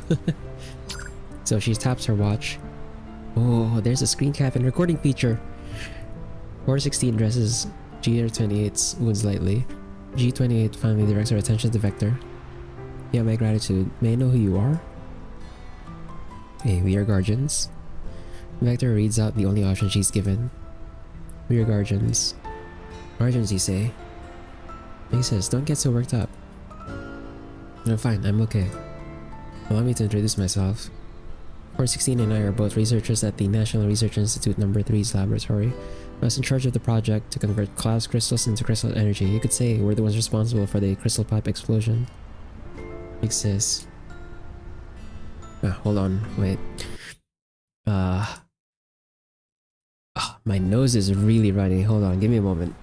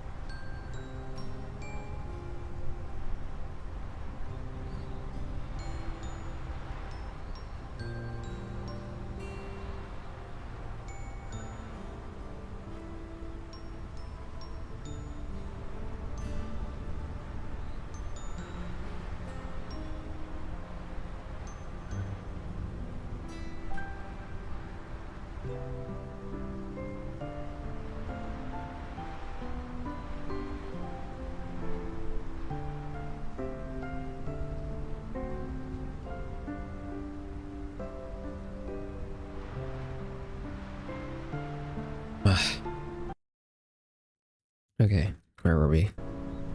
I've always known that the that crystal energy is not completely clean. Moreover, the safety of the crystal pipes is also very unstable, but we yielded to the authorities. Not only did we not put a stop to the experiment on crystal energy, we even pushed it little by little to the point of no return. Vector recalls the MP, whom they have met earlier, and draws the mental connection. Fortunately, we have a remedy. 416 used her own funds to develop a substance that can completely purify collapsed particles, the purification solution. Purification solution? That must be the secret weapon that number 90 talked about. Yeah, it makes sense. We have stockpiled a certain amount of purification solution in the Institute's laboratory. We just need to put the solution into the diffuser in the Institute's launch center, and we could purify the city. Problem is, the launch center was destroyed, and the automatic security system within the Institute was activated, so we can't get through. However, the Ruina Chrysalis airbase is in the northeast corner of the city. There's a helicopter there with a diffusion device installed on its tail. If you load it with the solution and fly around the city, you can also complete the purification. Zone map. Ruina Chrysalis airbase obtained. This is it. Michti, this is how we clear the game. A gunshot erupts from behind. Like a slow motion scene in a movie, Vector watches as a bullet burrows out of her chest, passes through GR28's forehead and leaves a black crater on the wall. The shot NPC seems utterly unfazed. She continues to rattle off the pre-written script with great emotion despite the bullet hole on her head and the continuous gunfire. But Vector can no longer hear what she's saying. She turns around with great difficulty, only to see a smiling G36 KSK with her gun raised, and Michti, who has flattened herself on the sofa in terror. Michti, run. Vector! Orbs of faint light appear where Vector has fallen. Michti knows that they are Vector's dropped items. What is the outside world like? Show me more. G36K KSK stretches out her hand and the lights fly into her palm like birds returning to their nest. The figure immersed in light begins to transform little by little. Pandora's illuminated face is as calm and serene as ever, but the color of the hair by her ears starts fading. Her body also drops like melted wax, and then it looks almost as if a pair of invisible hands are gently lifting her up and resculpting her. After the light is faded, she appears before Michti like a patchwork portrait with all the colors and characteristics of the different 404 members. Not enough. Not enough at all. G36K, no. Who exactly are you? I don't like this name. It sounds like a tool. I want my own name. A new name. To mark a new life. Isn't that right? Who the hell are you? That's right. Your name is Michti. Michti means dream. An eerie smile creeps across that uncanny patchwork face. I was born out of your memories, your dreams. You could call me Koshmar.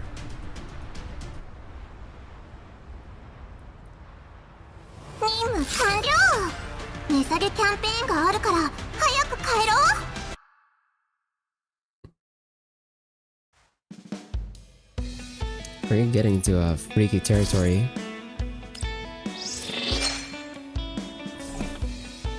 Oh, it's the last 3 bits of the story. Remotely controlling the terminal in the training room, Deer checks the code of the module and plug in row by row. Harpsy also nervously keeps her eyes glued to the terminal screen, not daring to relax at all. Meanwhile, Ruche and Walrod are keeping a close eye on the situation on level 2 at the surveillance monitor. What should we do? Vivi doesn't remember me anymore. The data loss is only temporary. Once she's out of there and re-downloads her neural backup, she will be the same old Vector. I know, but it still hurts that Vivi's treating me like a total stranger. Tears are a sign of your incompetence. If you keep crying, you'll only put more pressure on Harpsy and Deer. I'm sorry. At last, movement can be heard from the terminal nearby. There's no virus at all. How can that be? The problem is the highly intelligent, creative AI that you implanted. Its deep learning ability allows it to continuously read dolls' neural data and continuously improve its own framework autonomously. It has now concluded its first cycle of self-completion. Compare its current base code with what was originally written. Isn't it much more complex? It does seem to be the case. That's why you couldn't find this so-called virus. Freaking hell, the creative AI is artificial intelligence. Dolls are also artificial intelligence. You put two AIs into a single vessel. Are you trying to teach them what survival of the fittest means? It didn't occur to me. Never mind. According to my speculation, the goal of this AI is probably to seize their neural clouds and take control of their frames. If this continues, I'm afraid it will hack the main control system sooner or later. When that happens, not only will their data be at risk, but so will yours. So it's just a pathetic usurper. Now that we know what we're dealing with, we just have to launch an EW attack to wrestle the control back from her and... Bob's your uncle? What? It's not that simple. This AI has already merged with Michti's and Vector's neural clouds to a certain extent by seizing their neural data. Even if we manage to wrestle the control back from her, remnants of the AI's data will still stick around in their neural clouds. If we don't do a thorough job of getting rid of the AI, they'll basically be walking time bombs. Is there no other way? Deer ponders in silence for a long while on the screen. There is a way, but it's incredibly risky. I can't make the decision alone. The door slides open with a whoosh, followed by a set of angry footsteps. I followed Klukai into the room, eyeing the floorboards that she has just stomped over with concern. Klukai, Commander, what are you? We were gone for just a few hours and you've already created a gigantic mess for us to come back to.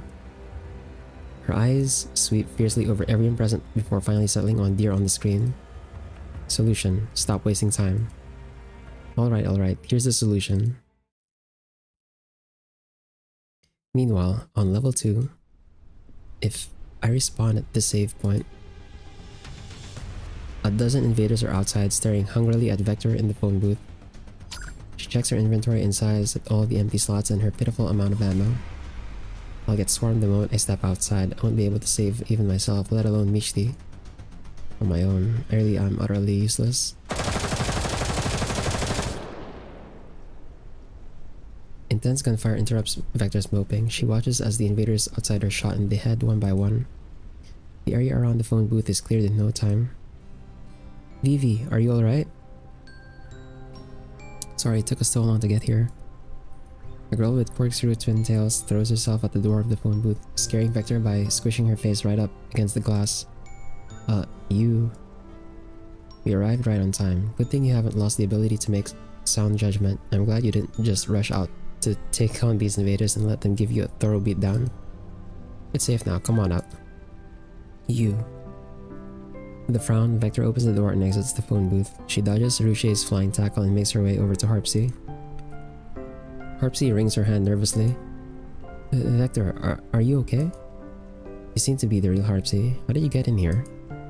Subs, Vivi... ignoring me, eh? Looks like our almighty team leader has lost her memory of more than one teammate. You're right, I can't bring up any data regarding the two of you in my neural cloud. Vivi, you don't remember Walrod either? Never mind, we're here precisely to resolve this problem. Walrod looks at Harpsy, who's standing next to Vector. With a nod, Harpsy tells Vector everything in a soft murmur. So, Deer's recommendation is to defeat that AI, take what she drops, and recover the data I've lost? At the same time, I must clear the game to put an end to this endless cycle of dying and respawning, correct? And that's it. Deer has already obtained certain permissions and will help us by using cheat codes. The limit on the stamina bar has been removed. This is way too risky. It wouldn't be such a big deal if it was just me and Michti, but now you're putting yourselves in danger too. Vivi, how could you say that? What do you mean it wouldn't be such a big deal if it was just you and Michti? You're our very important companion and the leader of us, Team B. That's right, us. Without you, it wouldn't be us anymore. You. Vector looks at Rouge and finds herself speechless. I really don't have any memory of what you're saying. That's okay, I'll help you recover it. I can't recall anything at the moment, but I have a feeling. You must be someone whom I know very well. Rouge freezes for a moment, but then she beams. Yep. Alright, enough catching up. Don't be so pessimistic. Now that the high and mighty team leader is here, we may actually stand a chance. High and mighty team leader? You don't mean... Elsewhere, Michti, who has been frantically avoiding Koshmar's pursuit, is cowering inside a concrete drainage pipe. You can't find me, you can't find me, you can't find... All of a sudden, a shadowy figure leans into the pipe. Eve? Michti is so terrified her neural cloud is on the verge of shutting down, but once she makes out who it is, she lets out a sigh of relief. Oh, it's you. Fake Lukai. This fake Lukai is looking at her with wide, pitiful eyes. Unimpressed, Michti shrinks back and waves her hand at her as if she were shooing away a puppy. Go away, you OC weirdo. You're gonna make me get caught by that Frankenstein. If only Tyrant Klukai were here, she would kill the Frankenstein. Easy peasy. Hey, why are you pulling me? I'm not going out there. Follow me, I know a safer place. Huh? A monstrously strong hand grabs Michti and pulls her out of the pipe. Michti is getting a bit disoriented. Am I still in the cutscene? Maybe Koshmar is just the boss and the NPC is now taking me to some safe house so that I can regenerate or something. It's much safer here. Before she can react, her view is suddenly turned upside down and she feels herself being thrown headfirst into a cramped space. Ow, that hurts. Oh, what? What do you think? Don't you feel right at home in this trash can? Fake Klukai lifts her chin. The face that looked so pitiful just a second ago is now full of disdain. Hold on. That tone. Since the OOC NPC is now also getting OC, she's actually resembling the original character more? This is getting a bit confusing. Michti! It's the real deal. Klukai. Stay away from me, you're filthy. With a look of disgust, Klukai shoves a hand into Michti's face to stop her incoming embrace. Level 2 is all simulated anyway, the filth isn't real. You're sullying my visual module. Such familiar and comforting mockery. Whatever you say. Now I think about it, why are you here? What about the commission? The client cancelled the mission on short notice, so I came back. What else was I supposed to do? Visit the Yellow Zone with the commander and enjoy the collapse storm? I just didn't expect to receive such a huge surprise while on my way back. Kukai sneers coldly. Michti gulps despite having no saliva. Let me explain. I just wanted to explore a new way of training. I'll give you plenty of time to explain, but for now... but not now. Her tone implies that this is far from over. We take care of that distasteful Frankenstein first. I won't let that chimera of an AI make your deadly or your already dumb neural cloud even dumber and give you an excuse for your future dumb shenanigans.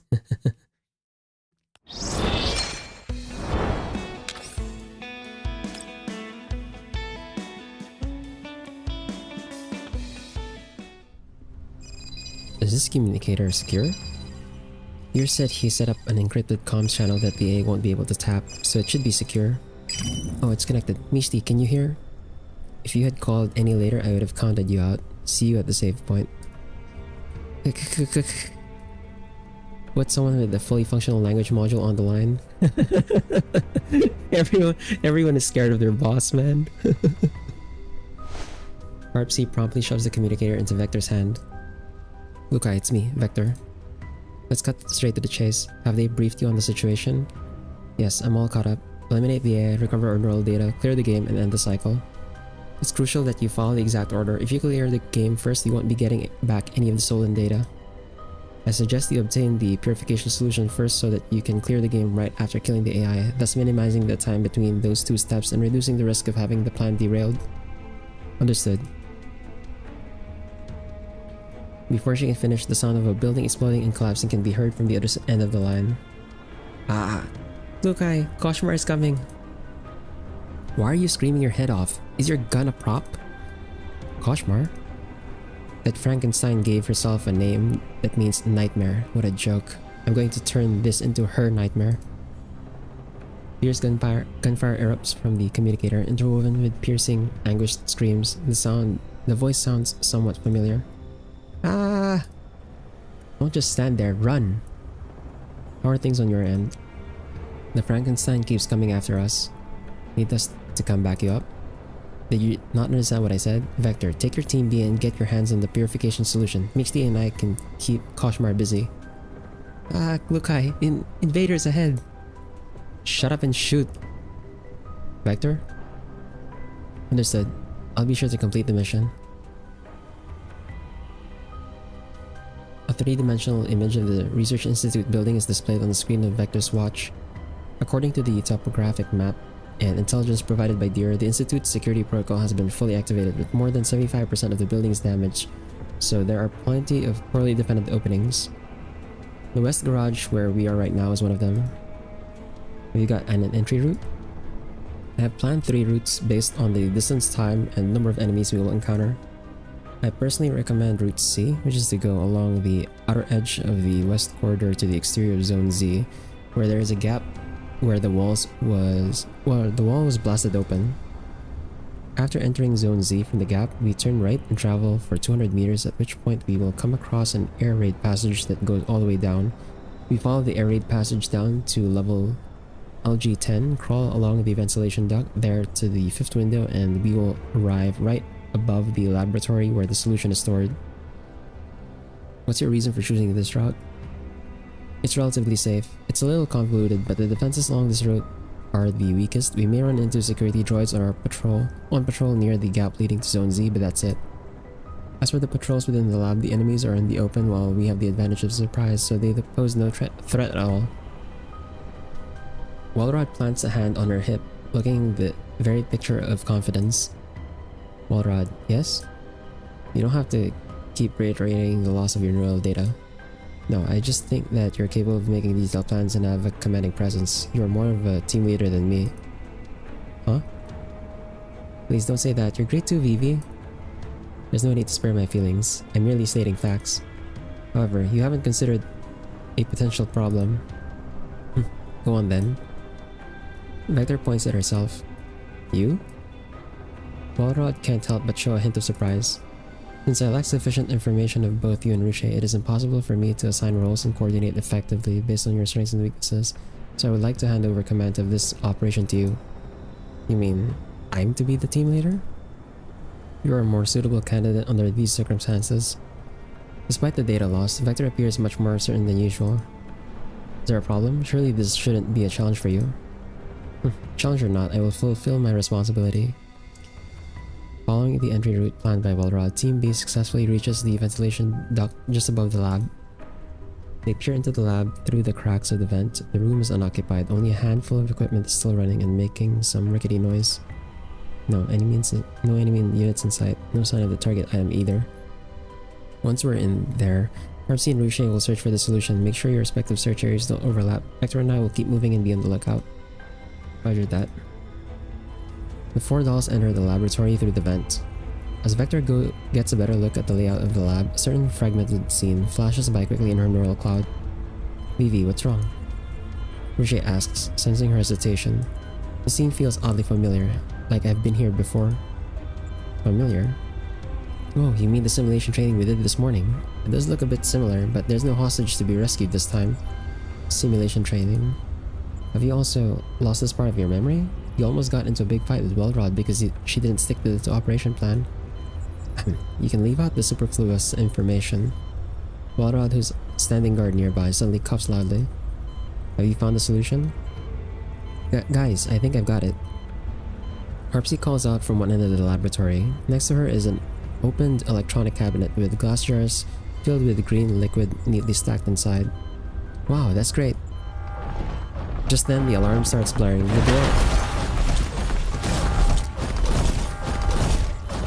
The door is blown right off its hinges and a large number of security droids surge in. That was loud. Enemy target spotted. They spotted us. Find cover. The group takes cover behind a large piece of equipment as well.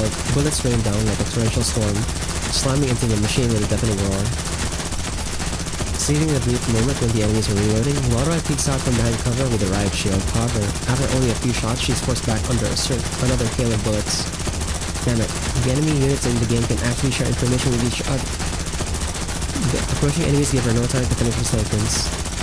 Other than Harpsy who's protecting the solution, the other 3 dolls desperately fight to keep the enemies contained within the barricade.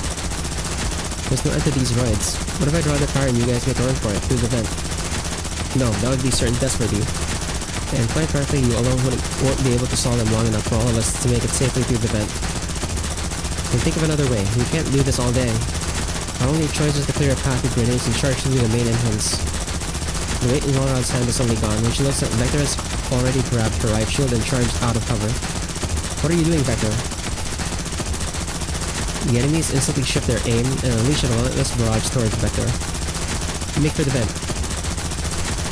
Ruche, Harpsy, get the solution safely out of here. If you don't see us after more than 10 minutes, get to the air base on your own. Walrod grabs the discarded metal plate from the ground and holds it up in front of her. But what about you? It's just a game. Dying once is no big deal. Then she sprints towards Vector without a second thought.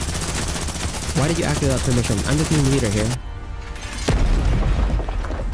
A thunderous explosion drowns out all other sounds. Several culture tanks in the laboratory shatter on impact, sending torrents of incubation fluid surging out, knocking over every security droid. Walrod loses her footing and nearly falls, but Vector, who has anticipated this, catches her firmly. Go.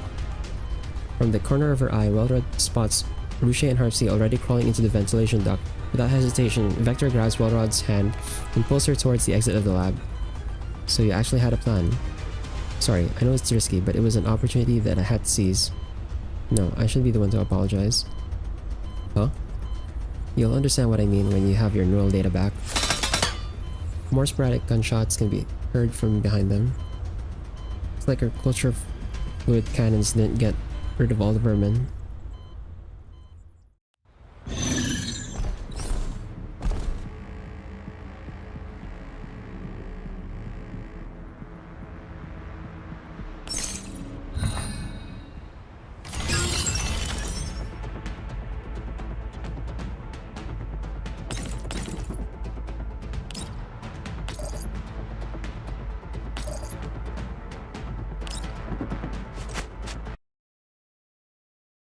Hold on. 任務完了。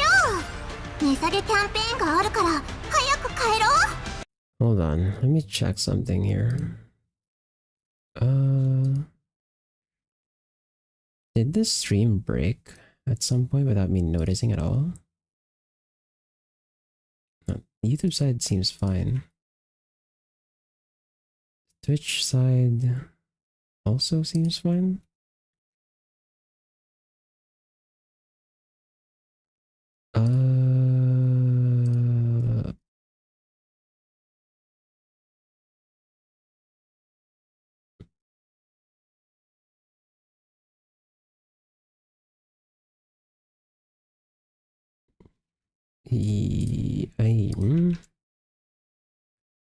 I think the stream's still good. I'm just weirded out because the auto message I have on Restream says that it didn't send the message properly. Like it didn't relay the... You know the automated message that Restream sends that has all my links? It seems like it's not sending it properly. The stream seems fine though, yeah. Oh well.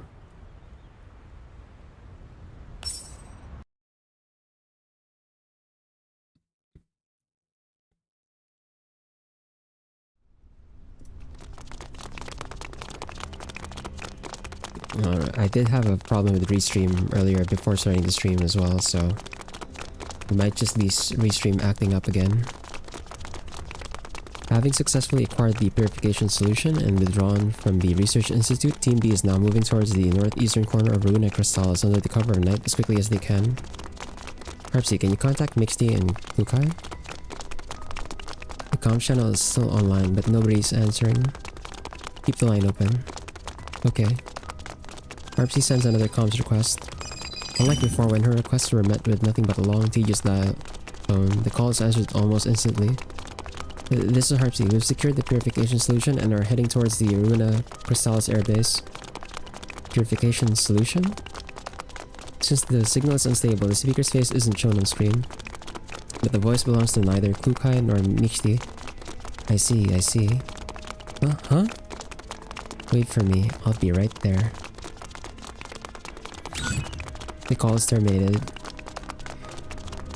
Harpsy looks over at Vector in alarm. That was neither Klukai nor Michti. It could only be Koshmar. Then Michti and Klukai must be in big trouble. It's pretty obvious from the call that Koshmar is on her way to do us in. Even Klukai couldn't beat her, so what chances do we... Calm down. Worst case, she defeated Klukai and Michti. But as long as we haven't cleared the game, the respawn cycle won't end. Once they respawn, they'll come to back us up, so don't worry too much about them. There were just the two of them, so they couldn't even utilize basic team formation. Their defeat was hardly unexpected. Now that we're all here, as long as we stay on our toes, defeating Koshmar isn't entirely impossible. That's right. Besides, that's just the worst case scenario. What if things went down better than what we're assuming? Has the amnesia actually cured your paranoia? Say, maybe you should just stay like this. Vector shakes her head. Whether it does me any good or not, I need to recover all my memories of you. I don't want to misplace any of it. I was just joking. Don't take it so seriously. Why is there such an enviable sense of rapport between the two of you now? What happened between you two? Nothing. Put a lid on your pointless curiosity. Look, Vivi. Is that the helicopter that G28 mentioned? The battered military helicopter sits on the small tarmac. A rectangular device is hanging from its tail. That should be it. Inspect the engine first. Make sure it is fit to fly. Okay. Rocher climbs onto the cockpit to inspect it. After a quick check, she hops back down. The engine is in good condition and there's plenty of fuel. The helicopter even has an autopilot function. Though the two managed to dodge the attack in time, the helicopter is now riddled with bullet holes in an instant. Oh my, did I miss? The girl hovering mid-air lowers the gun in her hands, but the 7 guns floating around her remain trained on Vector and Rocher. How can she control so many guns all at once? Hang on, is she wielding my PP-90? Next time, I'll take better aim, okay? Give me all of your data, please. That way, I will be complete. Her voice is undoubtedly that of a young girl, yet it is light and airy, with an upward note tinged with mockery. Vector stares at her for a while, then she lets out a chuckle. Why are you laughing? No wonder Klukai called you Frankenstein. Frankenstein? Your appearance, weapons, everything about you stems from Michti's and my neural data on the 8 of us. Vector shows no fear of her weapons. He paces before Koshmar with deliberate ease. Still hovering midair, Koshmar follows Vector's movement and turns her body slowly. Even if you read all of our neural data and sees our frames, you'll never be perceived as a complete doll or a new Koshmar. You are just an amalgamation of patchwork parts. You don't even actually exist, let alone have the ability to be complete. I don't exist? I will never be complete? That's right, you don't exist. Well, Rod. All of a sudden, Vector knocks down, and the sharp crack of gunfire erupts from behind Koshmar. Bullets tear through her limbs and abdomen. Caught off guard, Koshmar immediately flies up to dodge the attack from behind. When she turns and spots Welrod and Harpsy firing at her from behind the helicopter, her face instantly contorts into fury. You ambushed me. Just reciprocating the courtesy you showed to our friends.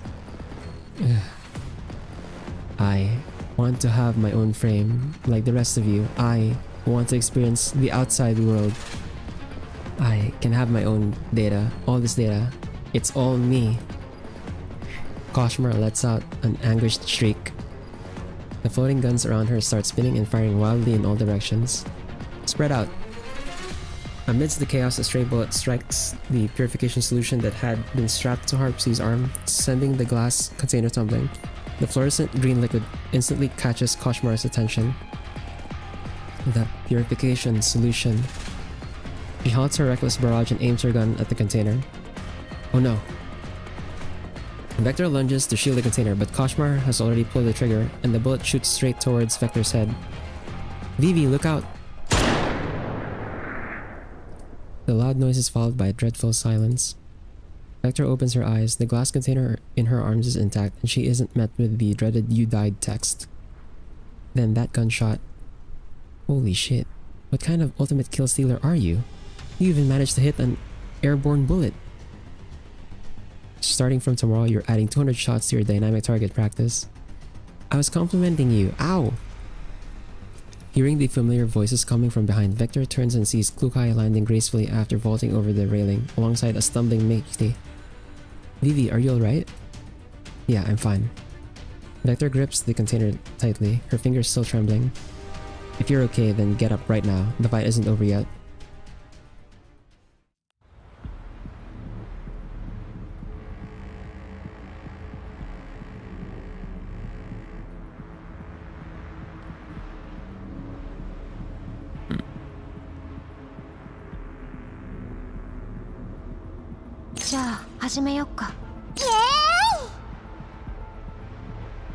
What the hell is this? There's so many. She just has like floating guns around her.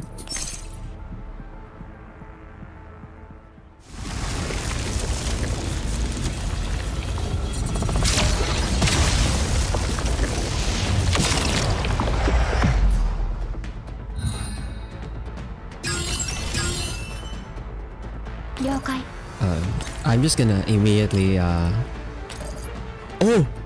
Oh wow, okay. She doesn't actually get one shot by this. Nice. We actually have a fight now.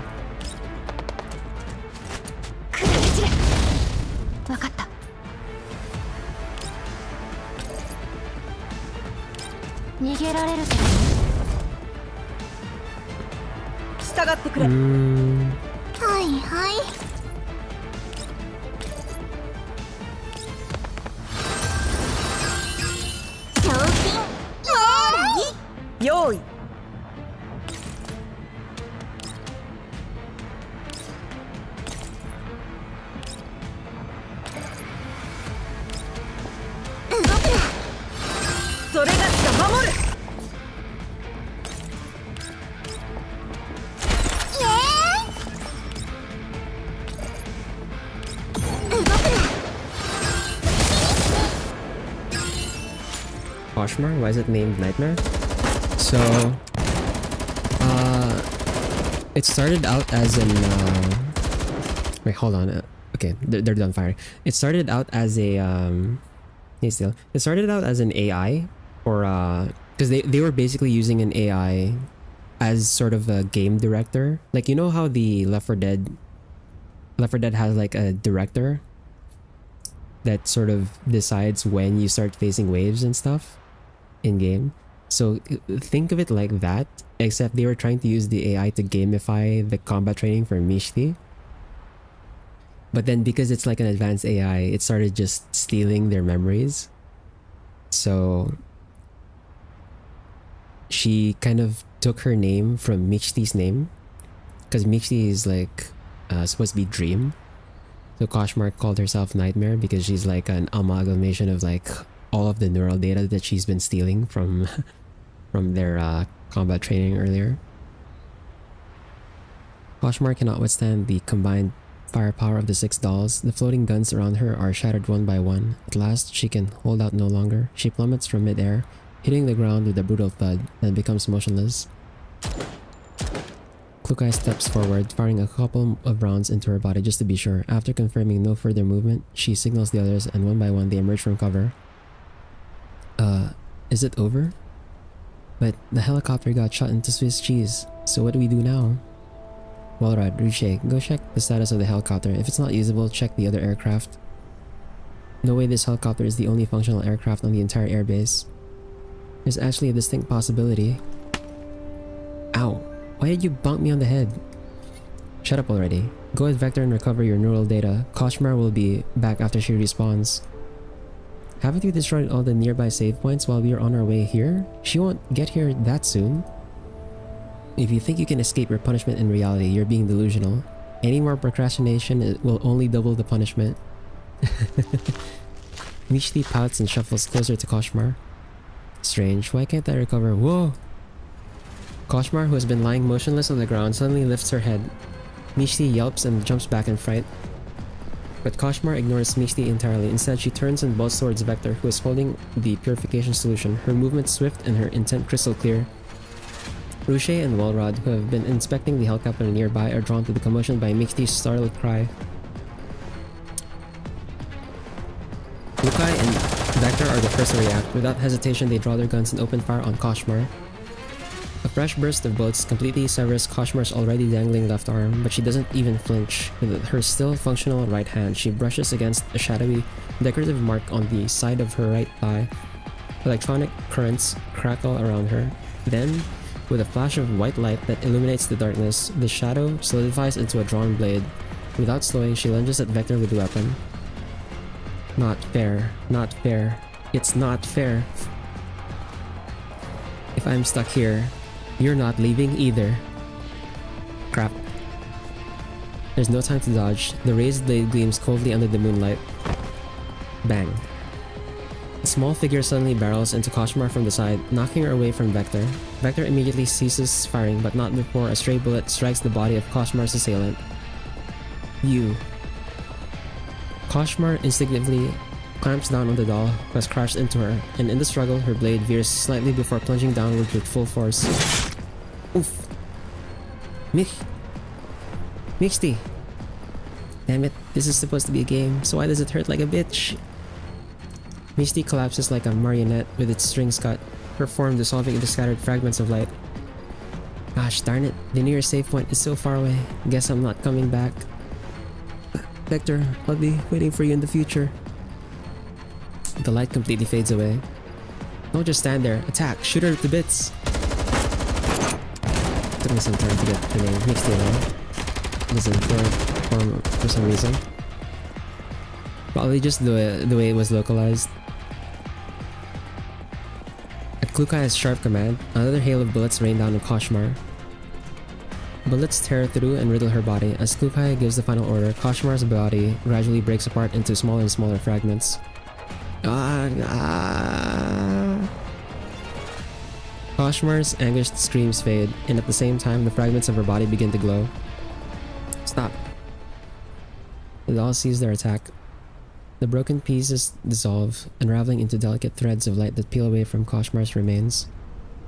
The strands unravel faster and faster until wisps of soft, luminescent blue surge into the air, forming a vast ocean of light above the vase.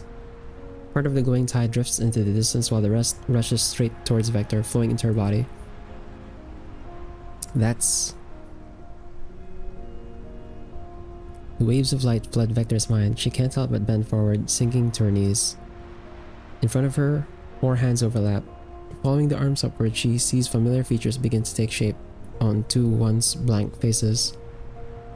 The fragments have returned to their rightful place. My neural data. Vector looks up towards the sky. There's no more trace of Koshmar. The members of Team B rush up to her. Vivi, how do you feel? Did that work? Have you regained your memory? It's okay. We've still got our neural backups. Vector breathes in deeply and takes Ruche's and Walrod's hands. I've got everything back. I'm just a bit disoriented. Thank goodness. Ruche embraces Vector tightly. Walrod and Harpsy also look visibly relieved. Does anyone remember there's a second phase in our operation? If you want to fight Frankenstein again, by all means keep the group bonding session going. Oh right, we have more important things to do. Ruche hastily lets go of Vector. Vivi, I just checked with Walrod. Even though the helicopter got shot full of holes, it's still functional. Even the autopilot still works. The world of video games sure is miraculous. However miraculous it is, I've had enough of it. Vector holds out the glass container that she's been protecting in her arms. In that case, see you in a bit. Excuse me. Oh. No residual anomalous data in the neural module, no data conflicts or losses detected, all modules are operating normally. Right. Okay, Harpsy, you can go ahead and destroy that plugin. Make sure you leave no backup, alright? Sure. Phew. Now that the crisis has been averted, can I log off? I've got other stuff to attend to. Go then. Deer's image disappears from the terminal screen. I glance at Michti and Vector, who have just climbed out of their repair pods, then I pat Klukai on the shoulder. Don't get too worked up. Just take it easy, yeah? I will keep it under control. Kukai clears her throat and fixes her gaze firmly on the two dolls. You may now explain yourselves. I'm listening. Well, it's as you saw. And what exactly did I see? Don't be nervous. Talk me through it slowly. You have all the time in the world. Or would you like a drink to soothe your vocal module? Should I fetch Andora's? Don't be like that. If you wanna snap or shout at me, just do it. Otherwise, I'll feel like I was still in the virtual world. Besides, you know I can't drink coffee. Are you telling me what to do? No, not at all. I wouldn't dare. I just think I prefer the OG version of Kukai. If memory serves, that would be the one you called Tyrant Kukai. A chuckle slips out, earning me a mildly disapproving glance from Kukai. I was wrong, Kukai. I shouldn't have asked Harpsy to create that plugin without permission. What else? And I shouldn't mix training with games. Kukai, please don't be like this. Kukai tilts her chin up and shoots Mixty one more sharp, murderous glare before turning to the trembling Harpsy. Just as she is about to speak, Vector interrupts her. If I had run a tighter ship, this wouldn't have happened. As a leader of Team B, I bear full responsibility for this incident. I'll submit a complete review and self-reflection before dawn. Are you planning to take the blame from Harpsy? No, but at the end of the day, this all happened because I failed to discipline my team members properly. This is Team B's management issue. Let me handle it. Kukai gazes at Vector, then glances at the members of Team B hanging their heads behind her. Remember to include your proposed solution to the problem in your review. Understood. Michty, you're coming to the shooting range with me. The shooting range? At this hour? It's so late. I know it's my punishment, but can't we leave it till tomorrow? Kukai reaches into her pocket and pulls out a small switch. It is compact, with a round button resting right under her fingertip. Michty immediately flails her hands in panic. I'll come. I'm coming, alright? Then I'll be going with Michty. Commander, would you like to join us? I understand the meaningful look that Kukai is giving me. She wants Vector to handle Team B's internal affairs on her own. Vector might find it awkward if we stay. At the same time, my instincts tell me this is the moment for Vector to reach a consensus with her team. But can she really do it? I look at her, both worried and hopeful. At that moment, the still inexperienced team leader meets my gaze and gives me a firm nod. Sure, I'll come too. What? Even the commander will be supervising me? We'll see if you dare slack off again with two pairs of eyes watching you. Now let's go. Kukai takes the lead, pulling Michty out the door. As I walk past Vector, I give her a reassuring pat on the shoulder.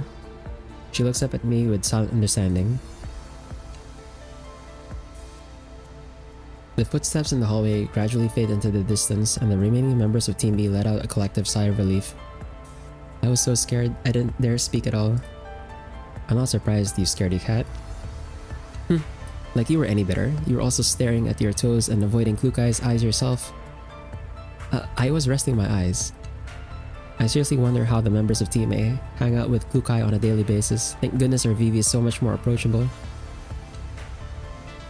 Thank you, Vector, for stepping in when Kukai was about to dress me down. I wouldn't know what to say at all.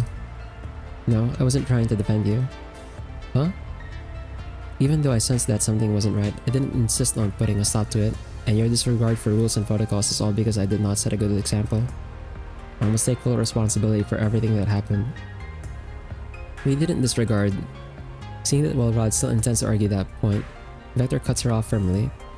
Disregard is exactly what it is. Vector's gaze does not waver this time. She looks Welrod straight in the eye without any of her usual moroseness. Welrod, this is no small matter. Strictly following protocols and abiding by the rules are the foundation of a team's ability to function effectively. The procedures and rules shouldn't be stagnant.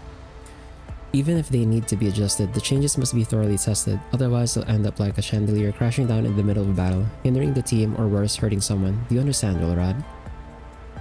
An awkward silence fills the trading room again. Vector lets out a soft sigh. And then again, maybe using what happened on the battlefield as an analogy isn't very appropriate. In combat, you don't always have time to react or test a strategy. Sometimes, spontaneous action can turn the tide of battle more effectively than rigidly sticking to a plan. Now that I've been in your position, I realize that when the moment comes, I should rely on my own judgment as well. I shouldn't have been so quick to attribute your actions to a blind desire to score highly, nor should I have rushed to justify my own idea as the best solution. I'm sorry, Walrod, that was my mistake. The air grows still for a few seconds. As she looks into Vector's apologetic eyes, Walrod slowly speaks. Back at the lab, when you suddenly rushed forward and shattered the culture tanks, it really caught me off guard. Did you ever stop to think whether your riot shield could stand the impact? Did you know what was in those tanks? What if we had been knocked over by the liquid too? These questions hit me all at once, and I just got really mad. And then I thought, maybe this is exactly how you felt when you saw me shoot down the chandelier. Then when we were discussing the simulation training afterwards, I also didn't take your reasoning and standpoint into consideration. All I cared about was defending my own judgment. As Walrod continues, her face gradually turns red and her voice grows a little abashed. So, you don't have to take all the blame so eagerly. I'm not. Alright, let me summarize things. Following the plan is important, but adaptability is just as crucial. If that's all we write down as our conclusion, I doubt Klukai will accept it. Then what do we do now? Maybe we can approach it like this. From now on, during every after-action review, we add a situational thought exercise. Using the battlefield map from the mission, we analyze and discuss the potential unexpected actions that each team member might take. But we don't always encounter the same scenarios. The goal of this exercise isn't to rehearse specific scenarios, but to develop a better understanding of each other's tendencies in combat. That way, when someone makes a sudden move in the field, we won't waste valuable time being surprised, or worse, let emotions get in the way. We can't control the ever-changing battlefield, so we have to learn to adapt. Oh, I see. After all, when we're on the battlefield, opportunities wait for no one. Seeing the amusement in Vector's eyes, Walrod raises an eyebrow. I think this is doable, and your paranoia, well, it's not entirely... Excuse me. And your paranoia, well, it's not entirely baseless. I also think it's worth a try. Then once my proposed solution gets approved, we can begin our new training sessions. But before that, Harpsy? Yes? Having her name suddenly called, Harpsy jolts, her cat tail sticking straight up. You're also required to write a self-reflection. Furthermore, due to a lack of proper respect for rules and protocols, along with poor judgment, starting now, everyone including myself can conduct a full revision of 4-4's Code of Conduct. I expect to see everyone's review and report on the previous training session in my mailbox by dawn. Am I understood? Yes. Looking at the now motivated team, Vector lets out a small sigh of relief. I suppose I did the right thing. My teammates and I finally have a consensus, Commander. Yeah, we'll see how it goes. Outside, the night has deepened, but the lights in the Elmo's training room remain bright, just like every other night Team B spends hard at work. And yet, tonight feels different. With the mission cut short, Bilka returns to her room after signing off, and she flops onto the bed with a disappointed sigh. Staring at the photo of Klukai stuck to the ceiling, she puffs out her cheeks in frustration. What's up with that client? I was supposed to have at least 72 hours of uninterrupted time with Big Sis Klukai. Now that we're back at the base, she's run off to hang out with Mixty again. Bilka throws a few half-hearted punches at her training sandbag, where a picture of Mixty is taped. Mixty, the biggest obstacle to my bond with Big Sis. Beep beep. There's a notification on her terminal. Huh? Who's sending me a message at this hour? Oh, this is... In the photos and video clip on her screen, the two figures can be seen leaning closely against each other. Not just anyone, it's her and Klukai. Wow, I have no idea what this is, but Big Sis Klukai looks so cute making this face. Bilka presses the replay button again and again, watching the clip over and over, completely absorbed. It takes her a while to even remember to check the sender's name. The sender is... Mixty? What does she mean by this? She hesitates briefly in confusion, but the moment her eyes land on the video again, she can't help but giggle. Who cares? Just for today, you can be the witness of the love and friendship between Big Sis Klukai and me, Mixty.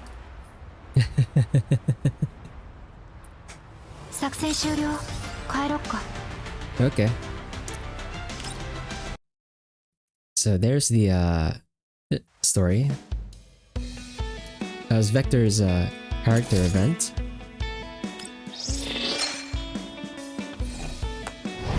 It is interesting that Klukai decided to make Vector the leader of Team B, because back in the Griffin days in Girls Frontline 1, Wellrod was the leader of her own team.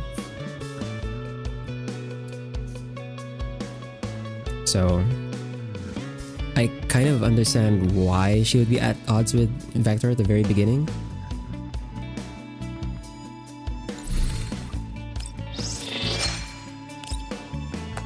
But yeah, since this is a minor event, there's like no minigames, unfortunately. I can't fill the time with minigames, so let me just buy the some of the rewards here. And buy some capsules. And I still have time. How much time? We still have like 20 so minutes. We could do the challenge stages. These are the actual hard stages of the event.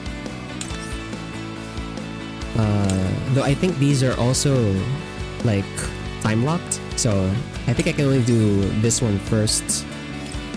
So we'll do this and then we can end the stream. Okay, we'll stick to using. Oh, right, we have presets for this, right? I'll use the presets just so it's actually fairly challenging. If I use my actual dolls, it might just be a wash. Okay, eliminate all enemies. Urokrake, okay. Let's have Vector on the side. We have Sen instead of Xenia. Probably, yeah, we'll have the two. So we'll have Sen and QJ in the middle-ish because they're support fire dolls.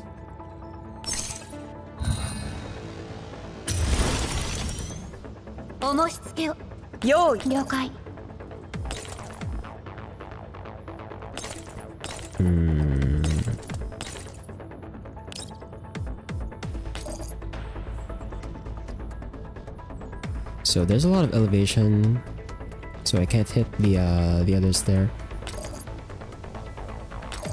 Yeah, we'll do this. And I still can't get over the fact that Vector's AoE is massive. Oh, nice.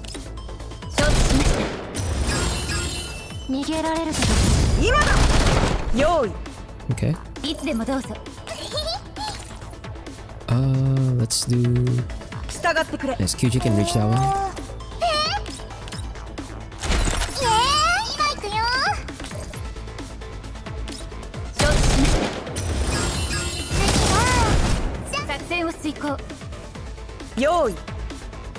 And then here.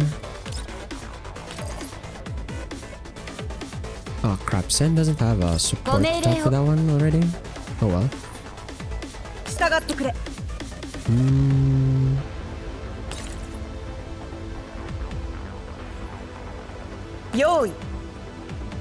She's out of range for the Argistewer there, so let's just attack this one.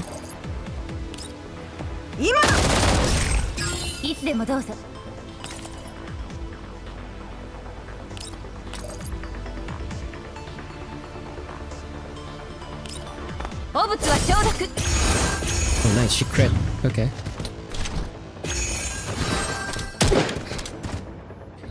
Yep. High ground hurts. Let's move Sen here. Right, we need like one more index for that.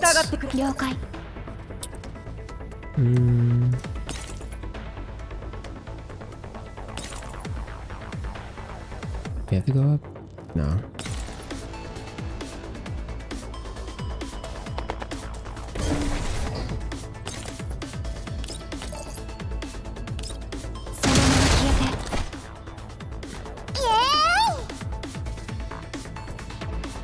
Probably want to focus down on the elite first.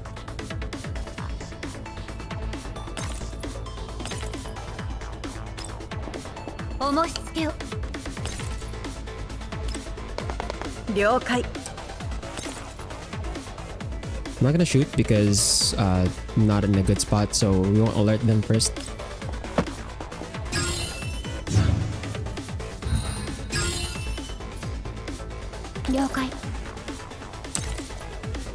Yoi.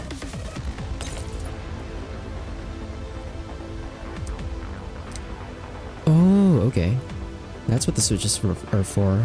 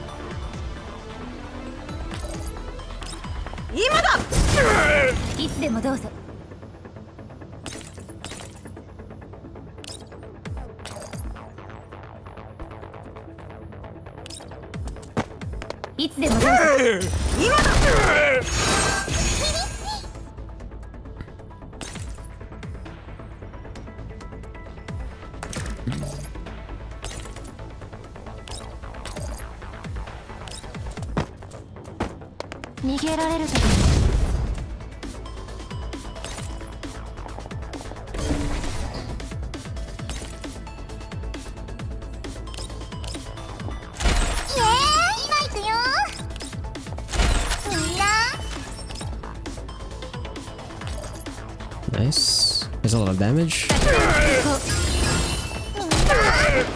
了解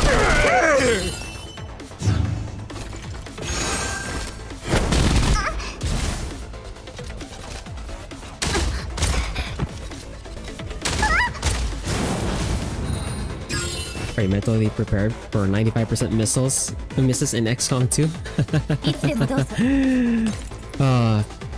Having the attacks miss again is gonna be a trip since we're coming from Girls Frontline 2 where attacks don't miss. Okay. Kinda sucks that our Vector died there.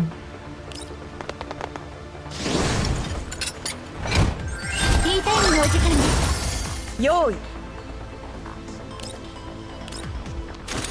それがしが守る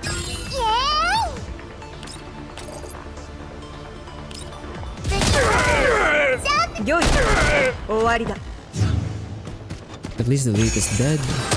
Ow.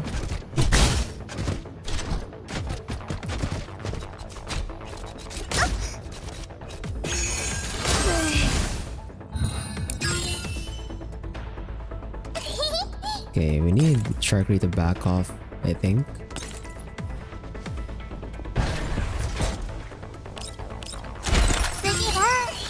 That 1% is all on that 99% chance to hit.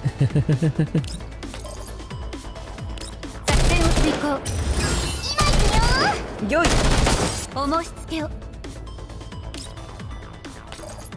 Yeah, we need to heal Sharkry, I think, or 従ってくれ I could be greedy and just keep going for damage here.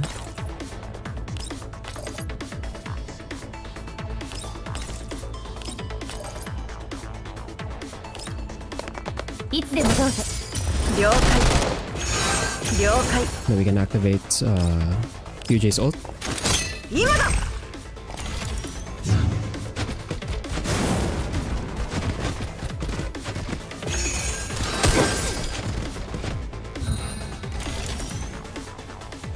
今だ よい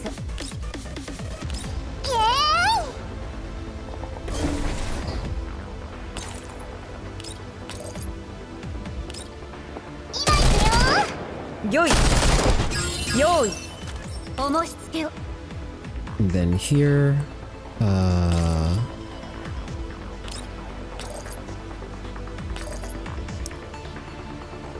not the best.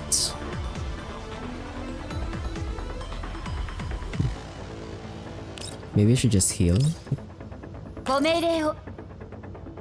Just heal, yeah, because we need stability on QJ so she gets her damage reduction again in cover. 了解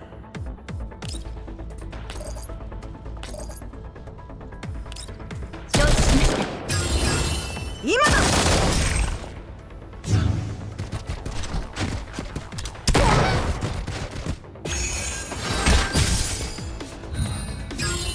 Electric weakness, what the f? Okay.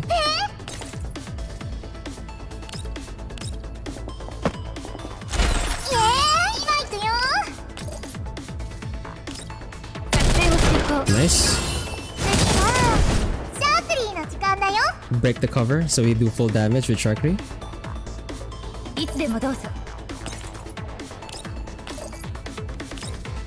いつでもどうぞ用意 I think there should be a setting which allows RNG reset after a save load cycle if 完 really 璧な needed. ショーができたよシャークリンの次のパフォーマンスにも期待してね Oh, so like, alright, yeah, it is time gated, so I'm not gonna be able to do the rest of the challenges today. That's gonna be it for now. So you're saying so in XCOM 2 it's the same as XCOM 1 where RNG is seeded unless you have. Well, that's the thing though, because like in XCOM 1 you had the second wave option for save scum, right? Does XCOM 2 not have something similar to save scum second wave?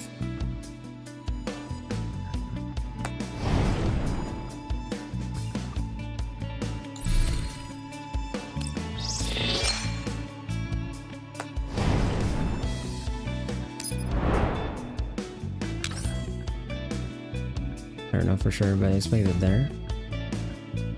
Yeah, because that's what we had in XCOM 1, right? Where we could just, like, if you wanted to do actual save scumming, we just enable the second wave option for it. So I got these 2 tickets. So these are just the farming stages. Usually we just auto this, but just for the sake of the stream, I guess we could fight Koshmar again, and this time have to actually fight her, since this is level 42. I think the one in the story is 24. So this Koshmar should be more challenging. So I'm gonna do this not auto, just for the stream. Skill can overcome any RNG in life. That depends, I think. So here we don't have presets. I'm gonna use my actual team. And surely level 42 Koshmar is gonna be more challenging than level 24.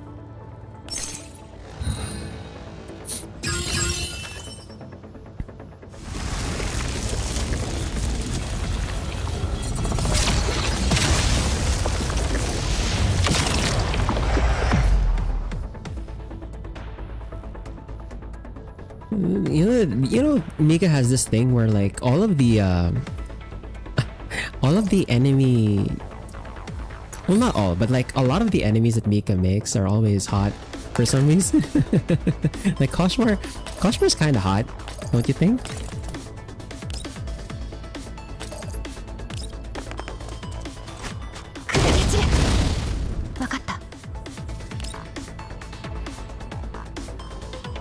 Why can I not select her?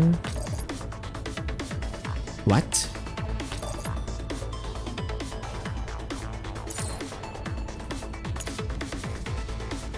Cannot be selected. Immune to non-fixed damage. Cannot be dispelled. What? Wait a minute. What the?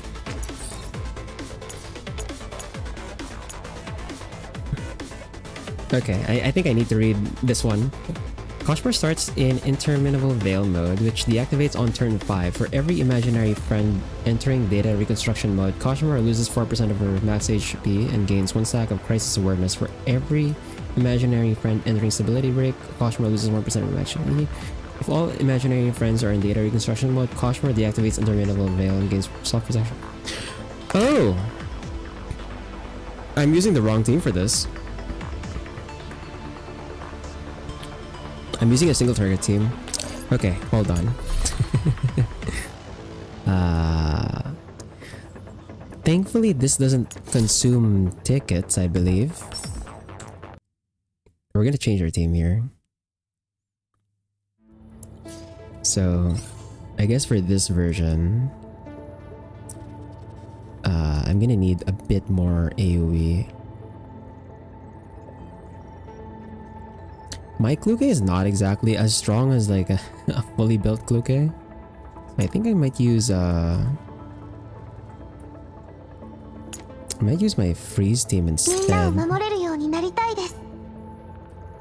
Was Koshmar in the meme, "Hey, don't judge me," that you posted in one Discord server some time ago?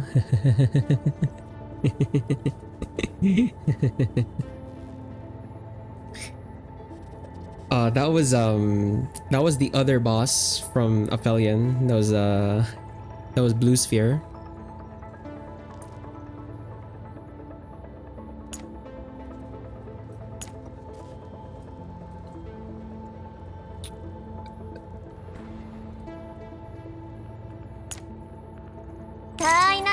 I mean, Blue Sphere is also kind of hot.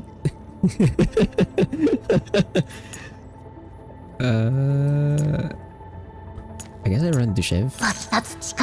Dushev has AoE, and then Lotta.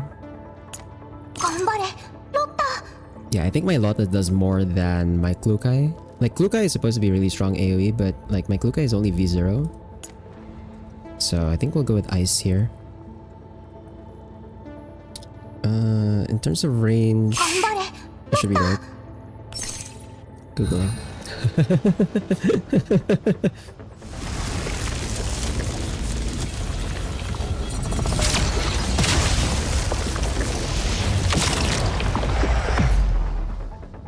Okay.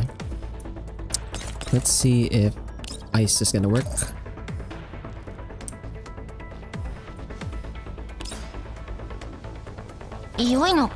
Right. I have to do it in like one turn, or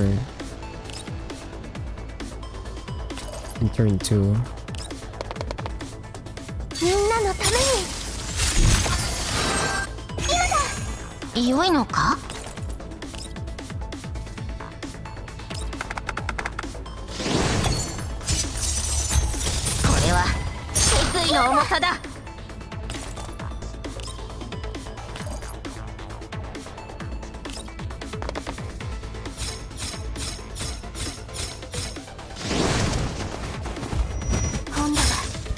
That's a lot of me.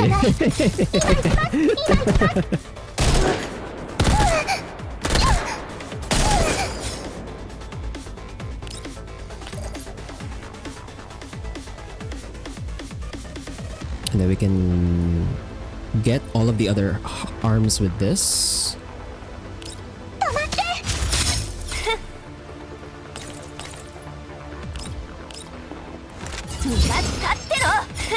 And then I think I should be able to shoot her now. Yes, I can.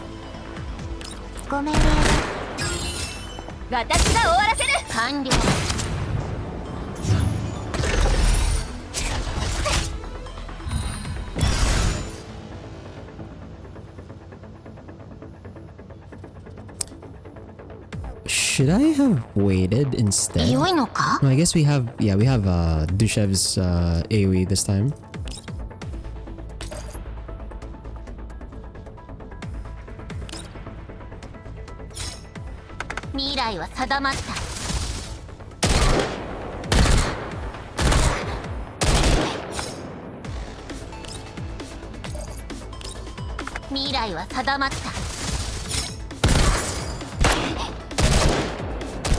Yeah, so she has one of her passives is that as long as the floating guns are not in reconstruction mode, she has a shield. So I have to like basically 100 to 0 those floating guns, like what I did earlier with Lotta. That said, I think it might have been a mistake to do the burst right away.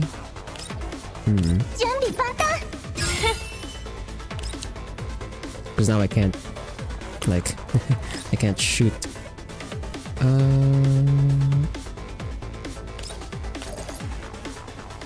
I don't want to I don't want to spend Macchiato's attack on these things. Ideally, I want to be spending it on her. But I have to wait on the next turn for Lotta's burst again, so...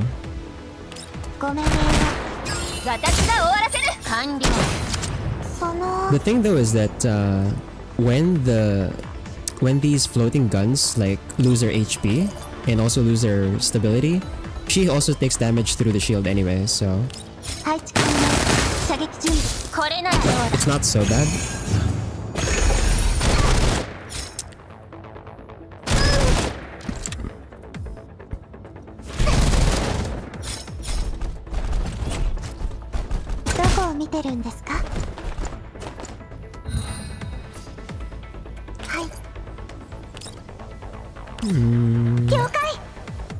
do Marspan again first. 未来は定まった。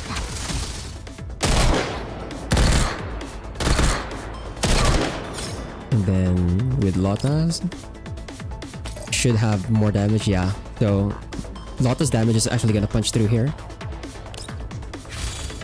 今度は引かない。時間はな。今行きます。今だ。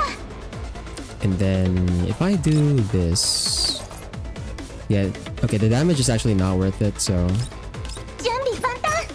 we'll just use her her second skill, which gives her Confect and Syntax again, so that she can use her ult again next turn. And why can I not? What? Is there? There's a gun that's alive. Are you kidding me?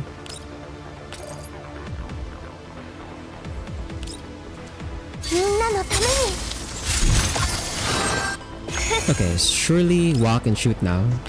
Yes. ごめん。私が終わらせる。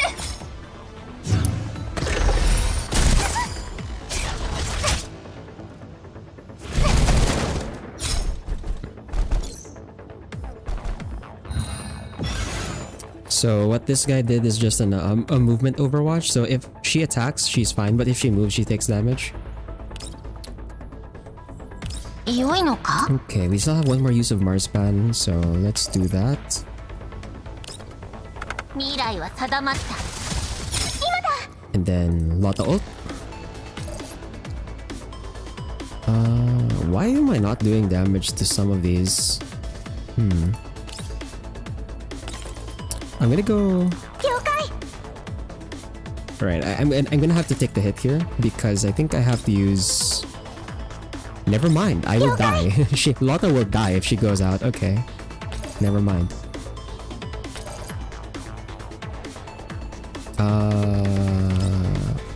Oh. 今度は。今だ。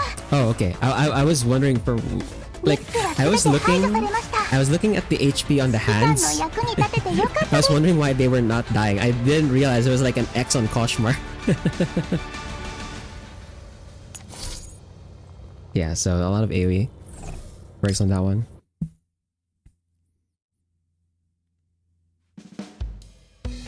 And yeah, I already cleared the stage. I just wanted to show how the actual fight would be if it was like an actually higher level Koshmar. But obviously you would just auto this since this is a farming stage. I can show you how Blue Sphere looks like. Blue Sphere is already added to boss fight as well. So this is what she looks like. He has a lot of arms. I'm thinking of like making a guide for this one for Legionaya. I don't know when I'll be able to record it though. But anyway, that's gonna be it for today. Get to see my my favorite doll. But yeah, that's been Vector's character event, Escape from Cyborg. Again, I don't know where this this event is in the story. Frozen Doom. Yeah, she has a lot of ice. But yeah, I don't know where Escape from Cyborg is on the timeline because this is like a minor event. But this happens immediately after Aphelion, which was chapter 9 and 10. I didn't play chapter 10 on stream just because I didn't have like a good timing for it and the event ended like a few days ago. But yeah. When we come back to Girls Frontline 2, I don't know when. We'll see. But I just thought I'd come back here since it was a new event and also like I needed a one-off since I didn't want to go straight into the Vadyani for the Endless Space 2 run. But that's gonna be what we're going into next Thursday. So the next stream on Saturday is gonna be XCOM 2.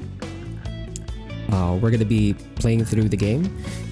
And then on Tuesday next week, we'll be going back to EU4 to continue the Madyas half campaign. And then on Thursday, we'll be back in Endless Space 2 to continue with the all faction runs. We're gonna be starting the second to the last faction, which is the Vadyani. Now, I am going to have to like learn a bit more of how the Vidiani works because they're pretty whack, I have to say. So we'll see what we get up to next Thursday with that one. But yeah, XCOM 2 is going to be on Saturday. We're going to have the same turn-based tactics like we did here, except we actually have mischance now. So we'll see how that goes for me, since it has been a while since I played a game with mischance. Anyway, thanks to Steel and Spar for dropping by. And for everyone else, wherever and whenever you're watching from, whether it's live or the VOD, whether it's on YouTube or on Twitch, have a good day, good night, take care, and I'll see you on Saturday for some XCOM 2. Bye-bye.